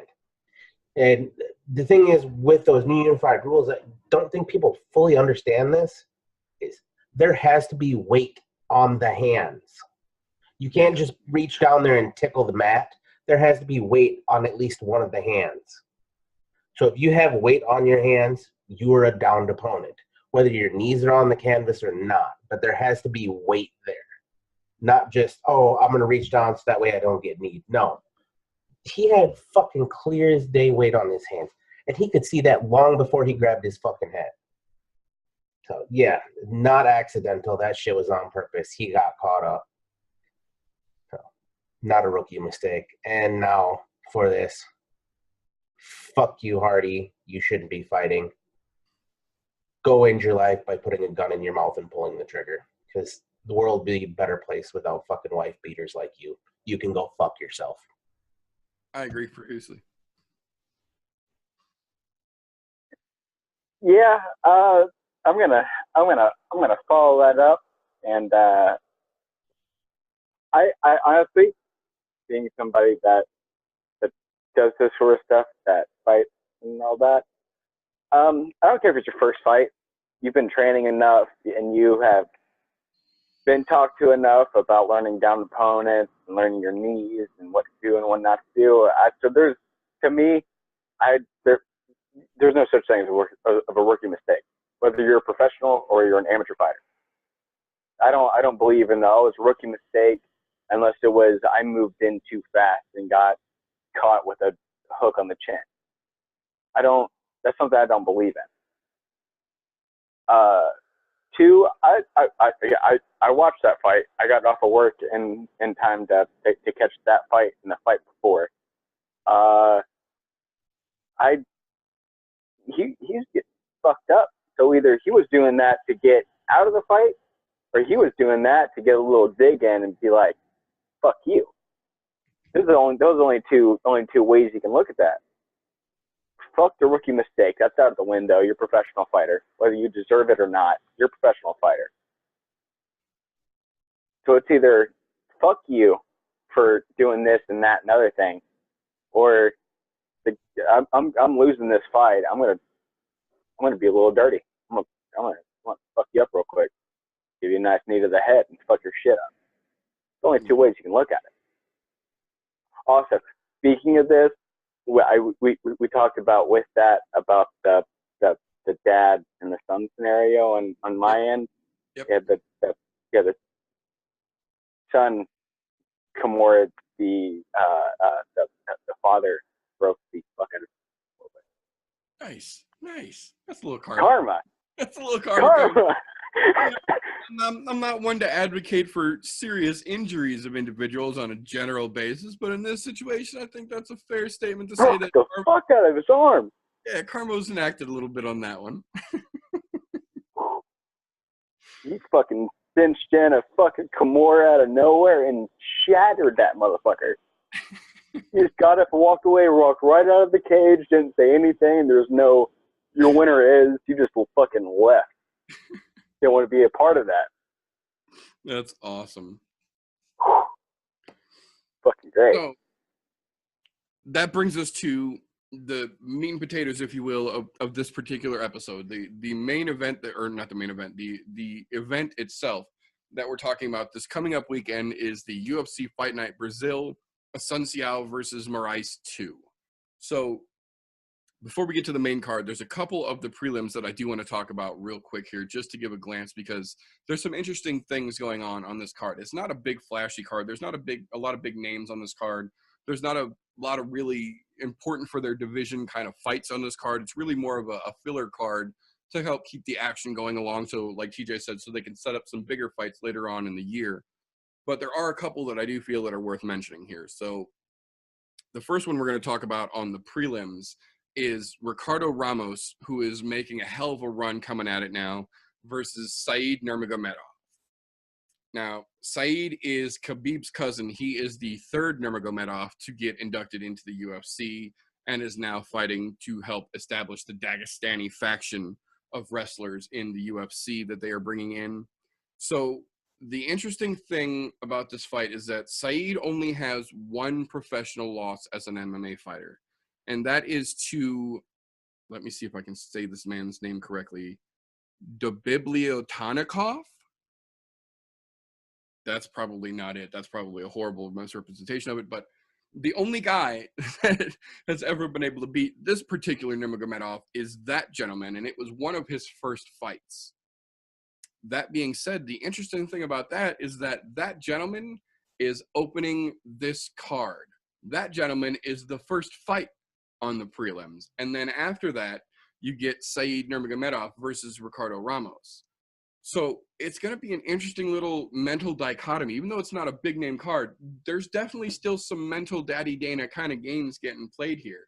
They're going to let the guy who has the only victory over Nurmagomedov open the card, and then Nurmagomedov fights immediately after that against Ricardo Ramos, who arguably is on a tear and with a win over Nurmagomedov in a notable fashion here, could realistically put his name to start climbing the numbered ranks here. So I feel it's worth mentioning. I do think that Ramos has got the fire, but if Nurmagomedov has the wrestling skills of his cousin, this is going to be a tough match for him, because Ramos is a nice striker. He's got a decent ground game, but everybody's seen those Nurmagomedov boys on the mats, and they're problems for strikers. And if that's how this ends up going down, I think Nurmagomedov might have the edge here. I'm just going to say I hope not, because I hate watching wrestle fucking. If I really want to watch wrestling, I'm going to go watch college wrestling, because you know what? At least then I know I'm getting in for it. Don't get me wrong. I'll go watch college wrestling because it's an interesting sport. Hell yeah. But I don't want to see it in mixed martial arts. I don't want to see somebody getting wrestle fucked and, oh, I'm going to pat you with my baby fist because I can't strike standing up. Look, don't get me wrong. The Dagestani wrestling is fucking real. It's fucking real as shit. We know that. But y'all want to do MMA, work on your stand-up, mix it up a little bit. Don't just wrestle fuck people. I'm not even going to call a winner because I don't fucking care on this. It pisses me off. Yeah, I mean, was it Ramos? That guy's been fucking. He's been getting it as of late. But the only thing that you can really say is, so one has wrestling, one's good on his feet. The only thing that Ramos really has is he has like an inch or an inch or two reach. So he has to play smart to not get taken down. He's got to keep that fucking reach game going. He's got to keep the reach game going. He's got to be careful, because, like y'all said, them boys are fucking trouble. Yep. They got some fucking skill on the ground.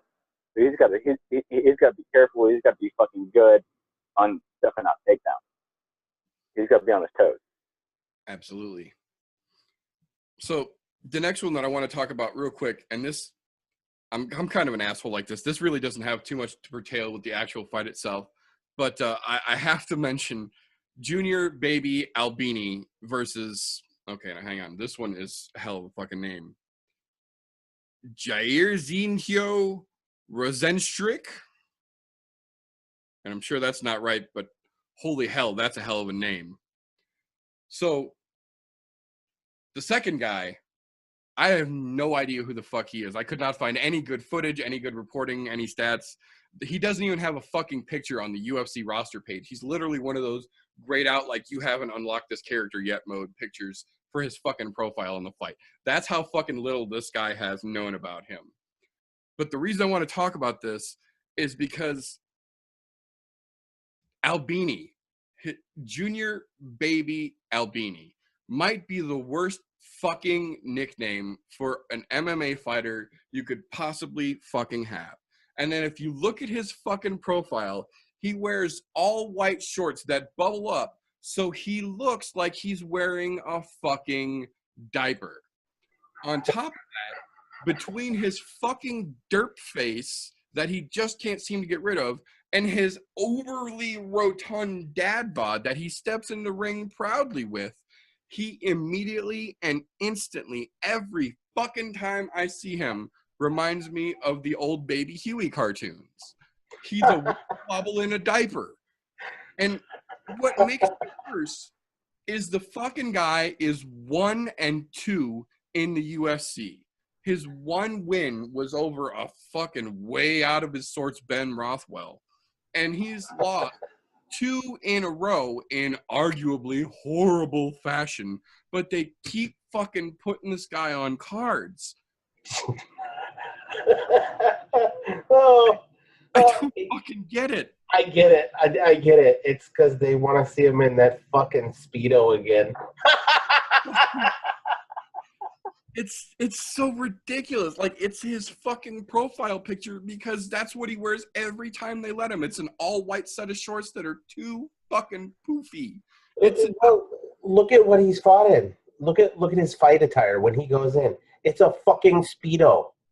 You, sir, belong in Europe somewhere because that shit is allowable in Europe. It doesn't matter how big you are, you're okay to wear a Speedo. Or how furry. Doesn't matter. You're in the wrong place, buddy. I don't want to see dudes in the UFC rocking squirrels in a hammock. Like, dude. Yeah, I'll second everything you said about that because that's all there is to that. That fight means fucking nothing. Yeah, like, what are you talking about? It's pretty hot. Like, hot stuff, man. As ironic as it is, that's one of the saving graces for me for this card is that there's no real big name events on this card. There's no real big fucking division shaking up fights, but you're gonna laugh through this whole fucking fight unless, God forbid, somebody gets a fucking crazy crack knockout, which doesn't really seem realistically possible in this situation. Granted, there's always a strange chance, but this to me is almost like an intermission comic exhibition. They're going to bring this dude out waddling, and the only thing that can make it better is if they had a fat kid playing a sousaphone, followed him out to the fucking octagon. Oh, they miss the mark sometimes. But the other fight that I actually do want to talk about real quick on the prelims here is a bit of an odd matchup that I don't really know anybody would have jumped out of their socks to make, but it does seem like it's going to be an interesting banger, and in my opinion is probably going to be the most anticipated, the biggest potential for bang for your buck fight on the prelim cards, and that is Thiago Alves versus Max Griffin back at 155. So Thiago Alves has bounced around several divisions. He can't seem to find a home. He can't seem to put it together. He's 27-13 as a pro. That's not a great record. And at this point, he's on the tail end of his career. He's been around for a long time. He's one of those guys that we talk about that's got fucking road miles on road miles on road miles. And realistically, he's running out of time, in my opinion, as somebody who used to have a little flash in the pan.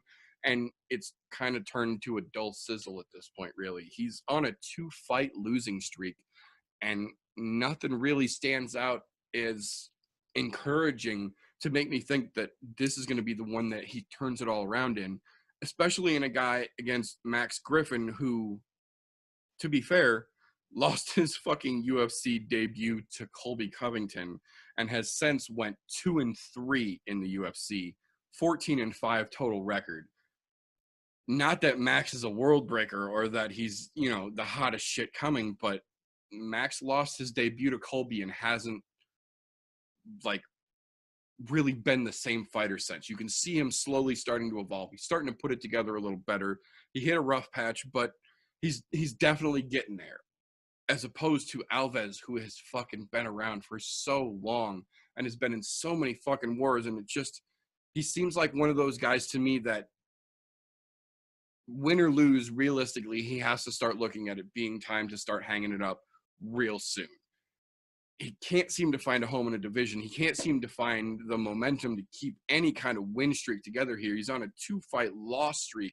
I feel like this is a chance for Max Griffin to come in, prove that he's learning and he's developing as a fighter, and put away a guy like Thiago Alves, who, for the record, that isn't even his real fucking name. He did the typical Brazilian thing, and he adopted the name of the fucking gym. Alves is not his fucking name. It's so weird that they do that, but whatever. But it feels like that Griffin has a chance here to come in, put on a performance like he's been on a roll, starting to get his fucking steam together, take Thiago Alves out and start to climb that rank and send Alves into that fucking gatekeeper/garbage man role and just really get his name out of contention here. What do you guys think about Alves having any chance left, really? You know what they call the end of a life for a lot of things? They call it their swan song. I think this is it. Unless he fucking all of a sudden looks like God stuck his fucking hand up his ass and started working him like a puppet to win the fight, he ought to fucking hang him up because he had a good tear at one point. He did. He's always been exciting to watch. I'll give him that. But lately, he's not that same guy. It seems like he lost a step, doesn't it? It really does. Yeah, and this goes back to what we were talking about earlier, knowing when to hang him up. I don't think he understands that. I get it. You're a fighter at heart. You want to fight. I get that. That's what you've known for so fucking long. Because he's been around the UFC for a long fucking time. Hot fucking minute, yeah. Dude, I get it. There's loyalty to the company. The company is definitely loyal to you because a lot of other fucking places would have cut your ass already. And a lot of guys with worse records than him have been cut for fucking worse performances than him. So, yeah, clearly I agree. They like him. I'm just saying, it's time to hang it up, dude. I appreciate everything you've done for the sport, the tears that you've been on before, but you're not there anymore.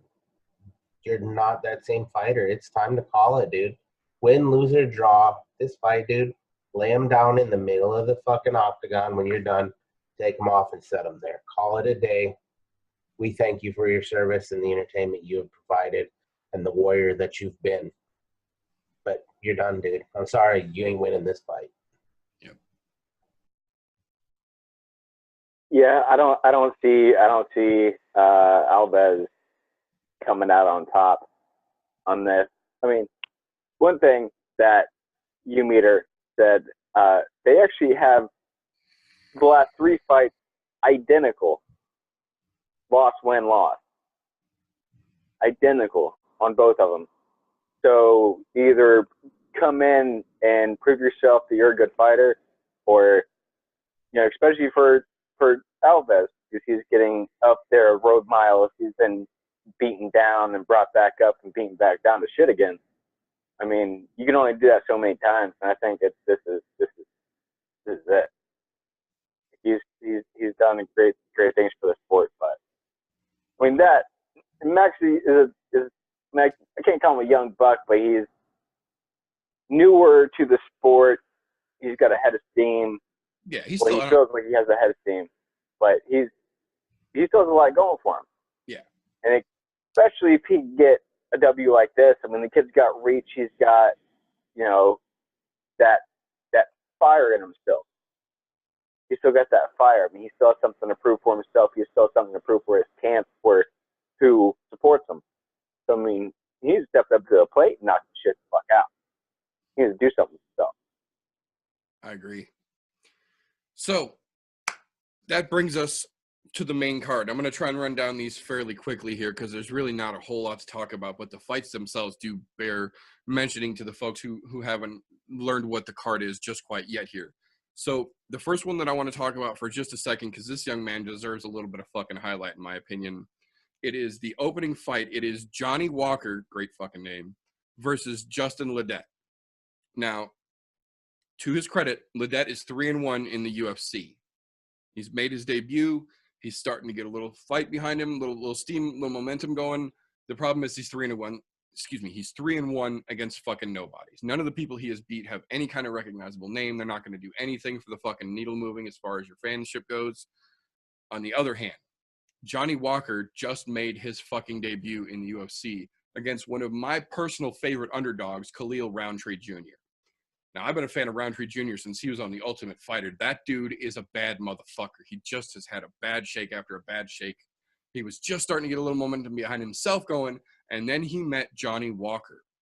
And Jonny Walker worked this motherfucker like a part-time job and ended Khalil Roundtree's run with one of the smoothest and cleanest pop elbow from clinch drops that I have seen in recent years.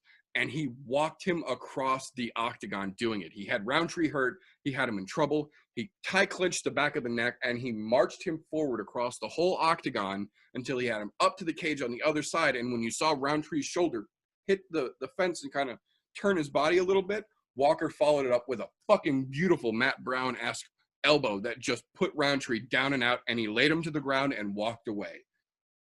The kid is a fucking prospect. And if he's smart, he's going to come and walk right through Justin Ledet and keep that fucking momentum going. I think this kid, if he plays his fucking cards right, has a damn good chance of making a fucking name for himself in the UFC. I mean, you know, Jonny Walker has a tendency to put motherfuckers on our ass pretty quick. Right? I just wanted to say that. I'm over here giggling about it. So I actually wrote that down in notes. Every time I see his name, I just think of the fucking top hat emblem, and I'm like, that's a great fucking name. I mean, Jonny Walker has a tendency to put them on their ass. I just want to know what label is he. That's all I want to know. Right? Very true. Black label. Black label. It's classic. It's vintage. Classy. Classy indeed. So the next one we're going to talk about here real quick. This has got interesting potential, and it definitely deserves to be mentioned because this has to be one of the most anticipated, in my opinion, fights on the main card itself. And it's not because of the people, because I don't really particularly care for either one of the fighters, but it's because of the stylistic matchup that this has created that people seem to have missed out on. And that is Charles do Bronx Oliveira versus David Tamor. Now, the Tamor brothers are known for having great wrestling, great striking, great fight IQ.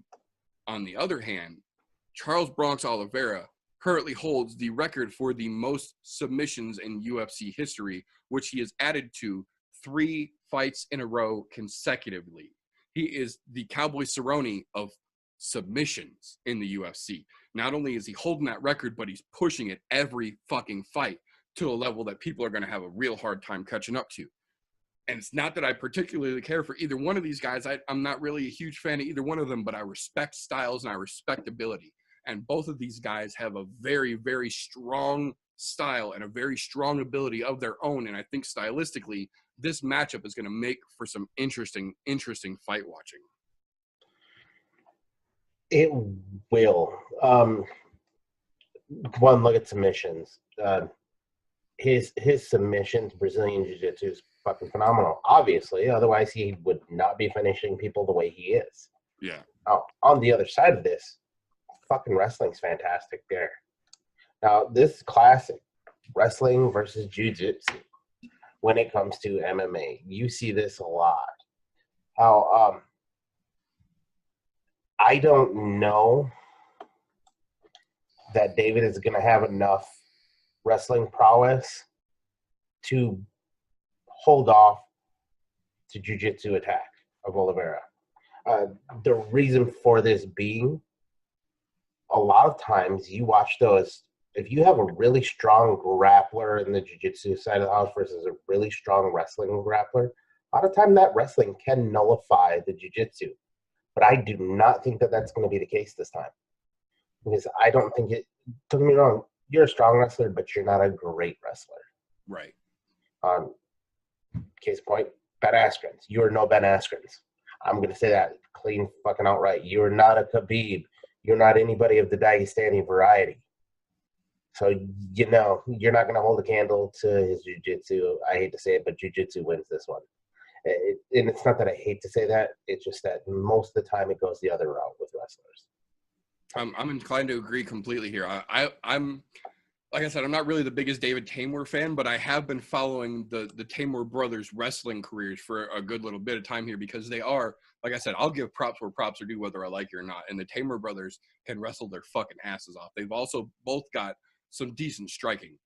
That being said, you don't get a guy like Oliveira to hold a fucking submission record and extend it consecutively like that because he's kind of good at submissions. His wrestling game is great, but his jiu-jitsu game is fucking scary. And I think in this situation, Tamor is going to definitely have some wrestling prowess, but I think it might fall short against Oliveira's jiu-jitsu. I mean, but then you have to look at like lately I've been looking back into the last 2 years of fights. Oliveira's lost fucking one of the last like 6 fights that he's been. Still lost one. So I mean, that says something for you as a fighter. His last like, and I look back to I think it was like 2016 on most fighters. Yeah, he's lost one fight since. I fucking started fighting before amateurly. He's lost one. That says something for fucking you as a fighter, for you as a person in a fucking sport industry. Lost one. You can't fucking compete with that shit. I agree. I think realistically, I think this is going to be one of the most slept on fights on this card. I think the style of those two fighters and the ability that they both have in their own right is going to make this one of the best fights on the card, in my opinion.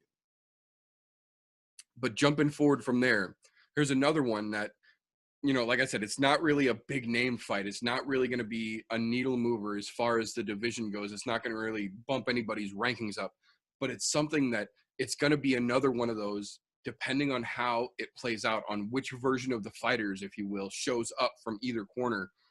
This is going to be another potentially great fucking matchup here. And that is Demian Maia versus Lymangood. Demian Maia, everybody knows, is one of the world's greatest Brazilian Jiu-Jitsu practitioners. The problem is that we have seen through his last dozen or so fights that he does not hold up well against wrestlers, and he does not hold up well against good strikers who can keep the distance on him. If you can keep him from taking that leg, you can pound Demian Maia into the mat all day long. And there's been a couple of really brutal examples of that lately in his career. And that kind of hurts to watch as well when you talk about a guy who, to his credit, he's still ranked number 8 in the division, but he's also 25-9 at this point. And the last couple of L's have been seriously big and devastating L's. Whereas on the other side of this octagon here, you've got Lymangood, who's 20-4. He's still fairly young. He's coming into his prime now. And this kid looks like a fucking Spartan soldier. The dude has abs on abs, and he's V-shaped, and he's quick, and he's smart, and he's strong. So I feel like this is going to be one of those situations where we're going to either find out that Demian Maia has learned from the mistakes that have been capitalized on against him and his recent most, devastating losses here, and he's changed his game plan up, and he's gotten back to that Maia that we all knew that could be a motherfucker of motherfuckers.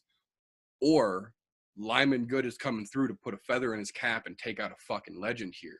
And I think it really comes down to which version of Demian Maia do we see this weekend. Do we see the Demian Maia who we knew can come in there with a great fight IQ and adapt to what you're doing and then throw his fucking jiu-jitsu on you and end your fucking night?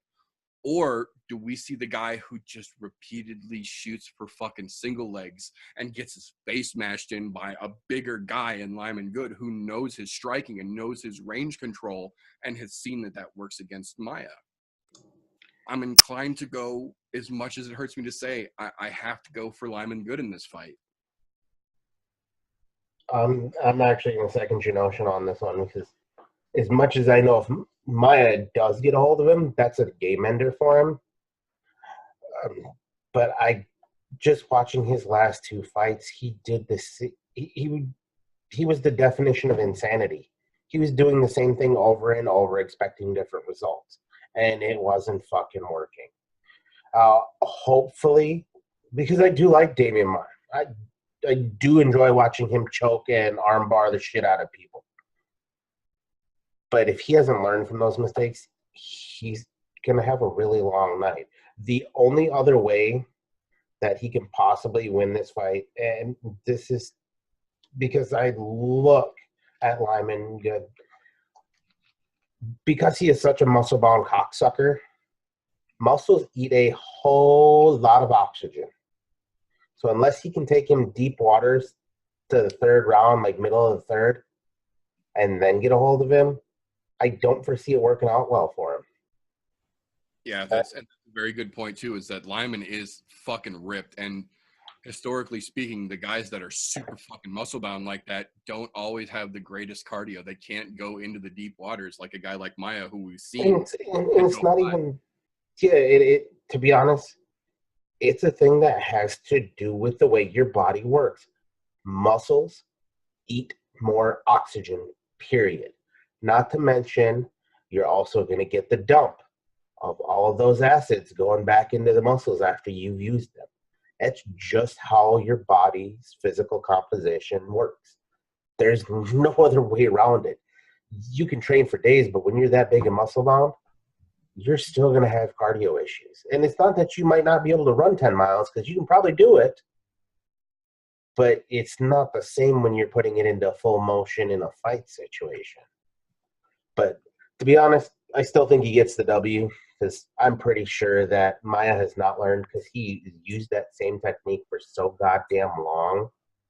Now that people have it figured out, I think this is that part of that career where you got to start thinking, should I hang it up? Because my old dog is not learning a new trick right now. Yeah, I agree.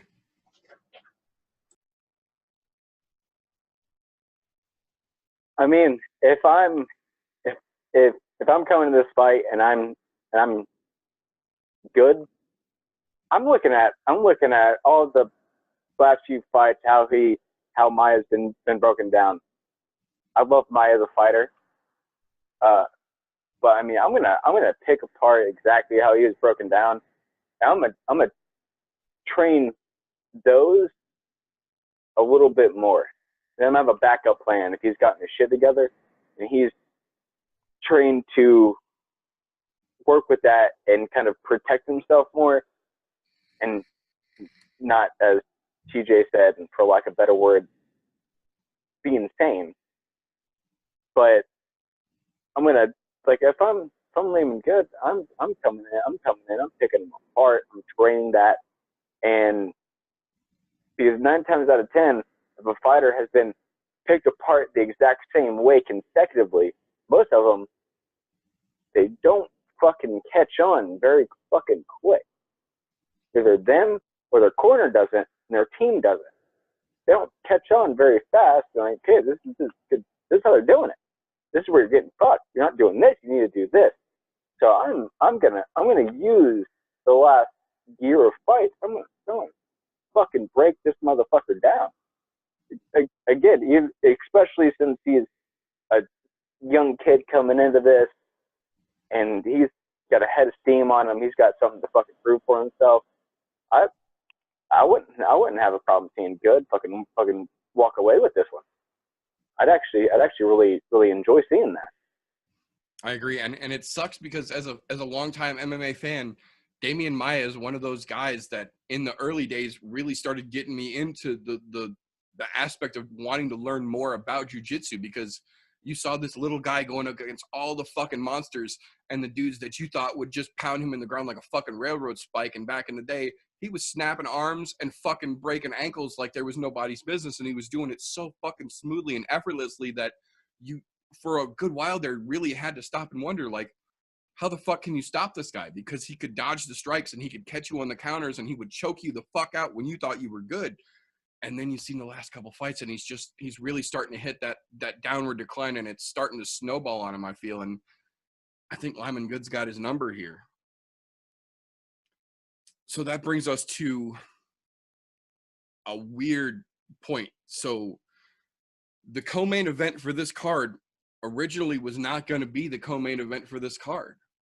The co-main event was originally scheduled to be the main event for this card. The reason it was originally going to Brazil for this particular fight night, and then something changed, something that doesn't traditionally happen, and it's kind of created a little bit of doubt in the MMA world here.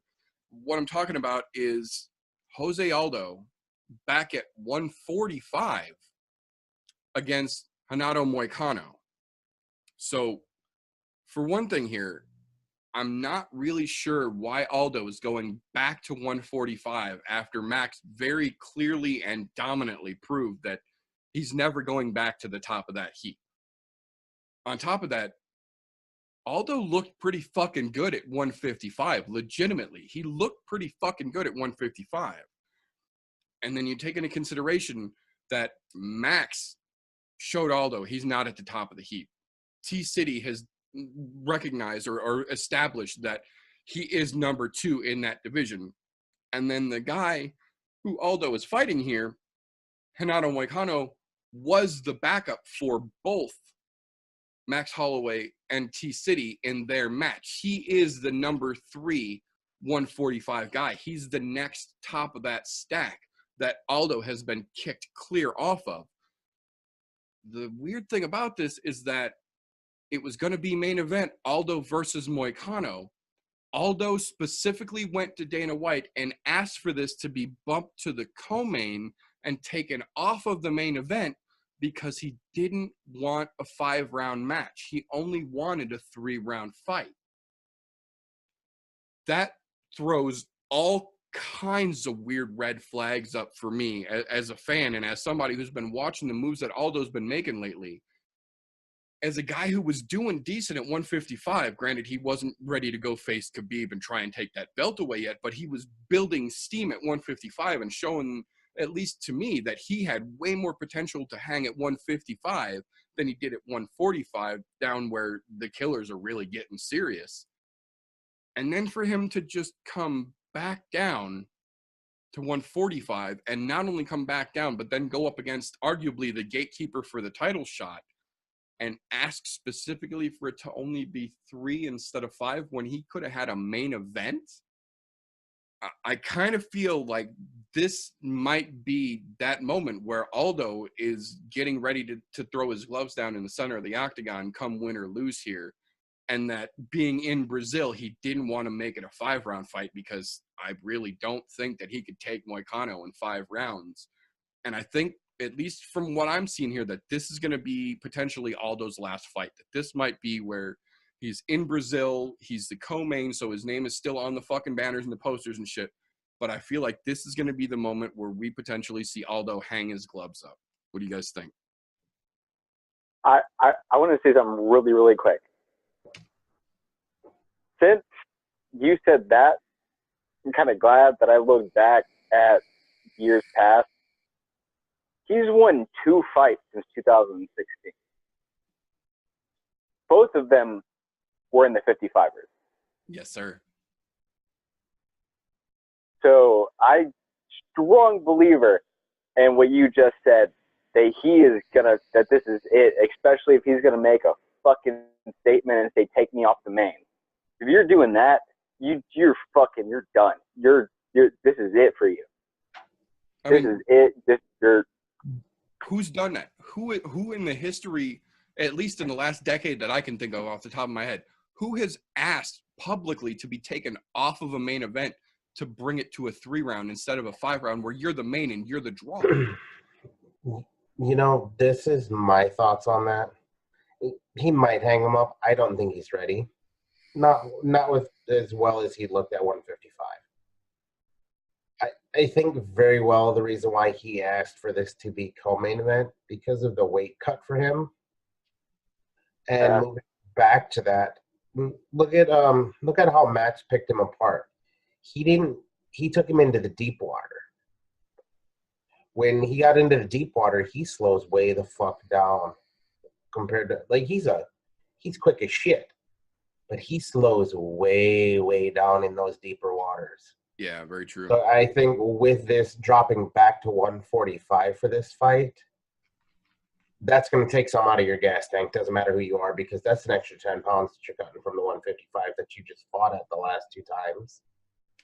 And historically, anybody who can get him past the 3rd round generally wins the fight because he is so slow, and you can watch his will fade in after the 3rd round.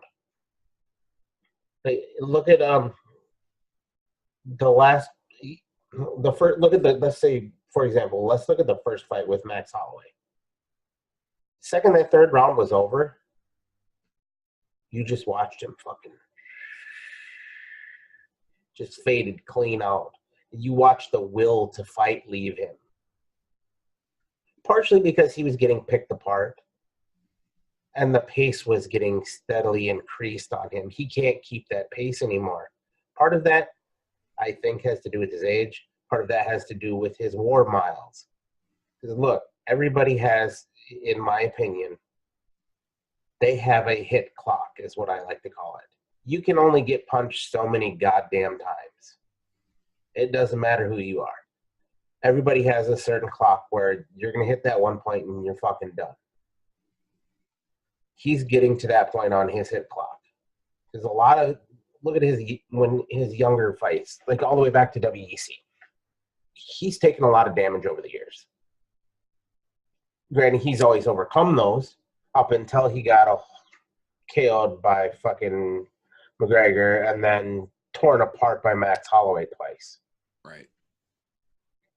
But he was taking damage up through those as well. Yes, he was dominant in those fights, but he was taking it. But over the course of your career, as long as it has been, it's catching up to him. So I think part of that is he's worried about his gas tank at 145, which is probably why he asked for it. And you know what? I can't fault him for that. I can fault him for you just took yourself out of the money because you're not the main event. Yeah. However, the other side of it, it might be for him, it might be a smart career choice, especially if he's planning on continuing at 155. Right. I mean, but on the other side, it very well could be a swan song too. It might be, you know what? Fuck it. I don't need to go 5 rounds in my last fight of my career. I'm just going to go in there, do what I got to do, and call it a day. It might be that. I don't know that he's going to lay him down. I don't think he's ready to because his last 2 wins look pretty goddamn good, to be honest. Yeah, it really did. I mean, so I don't think it's a hang-up thing. I think it's a gas tank issue here. He's worried about his gas tank. But the kicker with that is there's going to be a time that comes up when he starts fighting back at 155, if that's what he does. He's going to have to fight a 5-round fight, period. It's not an option at that point. You're going to end up just having to do it because they're eventually, if you're doing well enough, you're going to get a title shot, and your name's Jose Aldo. Right. It's not going to take you long to climb the ladder and get fights you want, purely on your name. That's all I'm saying. Well, and the fucked up thing about it is Moicano is a dude who could easily go 5 full rounds with, in my opinion, just about anybody in the 145-pound division. I think realistically, Moicano, with a victory over Aldo here, I think Moicano pretty much secures himself as the next guy to face Max at 145 if Max doesn't bail and go to 55. And I think this is kind of a weird situation here. I think if Aldo beats Moicano, I think the only thing you can do next is Aldo versus T-City because you can't put Aldo Holloway 3 up if he beats Moicano. On the other side of that card, though, if Moicano can put away Aldo the way that Max has twice now, I think there's no question that you can't let Max go to 55, that you have to give Moicano the chance to take that belt from him because stylistically, they're really kind of similar. Size-wise, they're really kind of similar. There's a reason that they let Moicano be the backup for both Ortega and Holloway in that fucking fight because realistically, he's the next guy in fucking line, and stylistically, him and Max will make a great fucking matchup. I think it is, as odd as it is to look at it this way, I think Moicano takes it. And I agree with what you're saying here. I definitely see where this could be, although just trying to test the gas tank back at 145, trying to make it a shorter cut. But I feel like this was the wrong fight to make that choice. And I think Moicano is a guy that can hold the pedal to the floor just like Max did. And I think that even 3 rounds for Aldo is going to be a bad night against Moicano.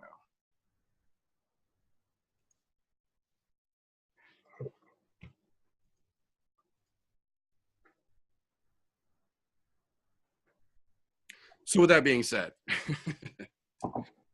that brings us to the main, whatever, you know, the thing, the big fight. Now, I will say this. Assuncao versus Moraes 2 is a fight that had to happen eventually. It was a close fight the first time around. It has potential to be a close fight the second time around. My problem is that neither one of these guys are top of the stack. This fight, a win for either one of these guys in this fight doesn't thrust you into the limelight. It doesn't make you a title contender. It doesn't make you the next guy. It either avenges a loss or it proves that the first fight wasn't a fluke. And 2 guys who are not terrible, but are solidly and justifiably middle of the pack. This is kind of what I was talking about when I meant that this card doesn't really have any big names. It doesn't have any big draws. There's no big needle mover here. The main event doesn't really affect your division either way, win or loss, no matter who takes this. That being said, I personally think that the hype around Marlon Moraes is a little undeserved. And I think that Assuncao is getting a little bit overlooked. I think he's getting a little bit of an underdog status here. And I think that might work to his advantage here. I personally think Assuncao is going to take this, but I think Moraes is going to make it a battle. I think he's going to come in there and be the typical one-punch man that everybody calls him out to be, and he's going to try and put it down. But I feel like Assuncao has got his number. I think that this time the W comes home for Assuncao. I think you're right on that because I think he'll end up outworking him because look at Moraes has been known to be just a single punch thrower. You don't see a lot of heavy combinations out of him. Whereas on the other side of this, Rafael Assuncao he's known to put in work. He'll work and pick. He's not gonna. Don't get me wrong. He's got the knockout power there, so he can make it happen. But he'll pick him apart long before he's gonna go into a haymaker battle with him. I don't foresee it being a fucking barn burner of a who lands the first haymaker because that's not gonna happen. Right. I mean, don't get me wrong. Moraes catches him though. That's a night ender because he does have one punch knockout power. It's there. We know that. We've seen it. But I don't foresee it going his way. He hasn't evolved enough to be able to stick with somebody who's trying to pick him apart. So, W's going Assuncao's way. Terrible fucking main event though. What a fucking shit show. Yeah, I'm gonna conform with the group here. So this is a pretty shit main. And again, I'm gonna conform with the group and agree. Assuncao is gonna walk away with it. This really sucks because I love like fucking matches that are running it back. You know, your number twos, your number threes. Like this is just not one that is really wanted or needed currently. I agree. I like to refer to these as the rematch that no one asked for. Yeah. Like not that it's not a fight that should have been run back, because that's why I said I do agree that this fight did need to be run back just so, you know, you get the chance to avenge that loss or prove that it wasn't a fluke. But at the same time, I don't think this was fight night main event material. That being said, I'm not Daddy Dana, so I don't get to make that call, but that's all we've got for this upcoming weekend in Brazil. So I will have this up before the fight. So hopefully we can get a couple views in, get a couple folks to either call us on our bullshit or agree with us here and see how that goes. But we're going to call that all for this one here. So we'll take it around real quick. Thank you, gentlemen, both for your time. I appreciate that. I know that you both have lives independently of this shit show that I do thank you for taking the time away from to come hang out with me. So before we head on out of here, RJ, tell them how the folk can get a hold of you if they want to keep the conversation going here. I mean, you can get a hold of me on Instagram at RJ__vape, RJ Vapes on YouTube. And it was good, again, to be back. Something else that's coming up, since I don't know if we're gonna have a show this Thursday, and I don't know if I'm gonna be able to make it. I believe it's 10 days, not the Monday coming up in a few days, but the Monday after. I have a fucking fight I'm getting in on. Number 3 spot, and it's gonna be fun. Apparently, I have another. I'm getting signed up for another one in March, so it's gonna be fucking fun. Hell yeah, and we will absolutely promote the shit out of that as soon as we get all the official information here. So this one, I don't think they've gotten the contract for it yet, but the second one, I know they have a contract to sign up a whole lot of streaming services and a broadcast. Nice. So the next one for sure, I can give y'all some info on where. Hell yeah, can't wait, brother. Can't wait. Thank you again for your time. So that brings us over to the man with the plan here. TJ, tell them how the folks can get a hold of you if they want to keep this shit talking going. You're muted. Fucking muted. Awesome. Oh, I did it again. Fucking tired. I'm up past my bedtime, so there you go. fucking Wednesday nights, 9:30 Central Time. You can catch me on Golf T Vapes on YouTube. Usually about an hour and a half, 2 hour long show. Hang out, shoot the shit, get into some shenanigans. You can also find me on the Instagrizzles, Golf T Vapes, all one word. And other than that, it's a fantastic hanging out with you. Again, I'm up past my bedtime, so I'll see all you guys on the next round. Absolutely. So your bedtime's like 9 o'clock, right? Fucking A, right? I'm an old man. Coming with the zingers this episode.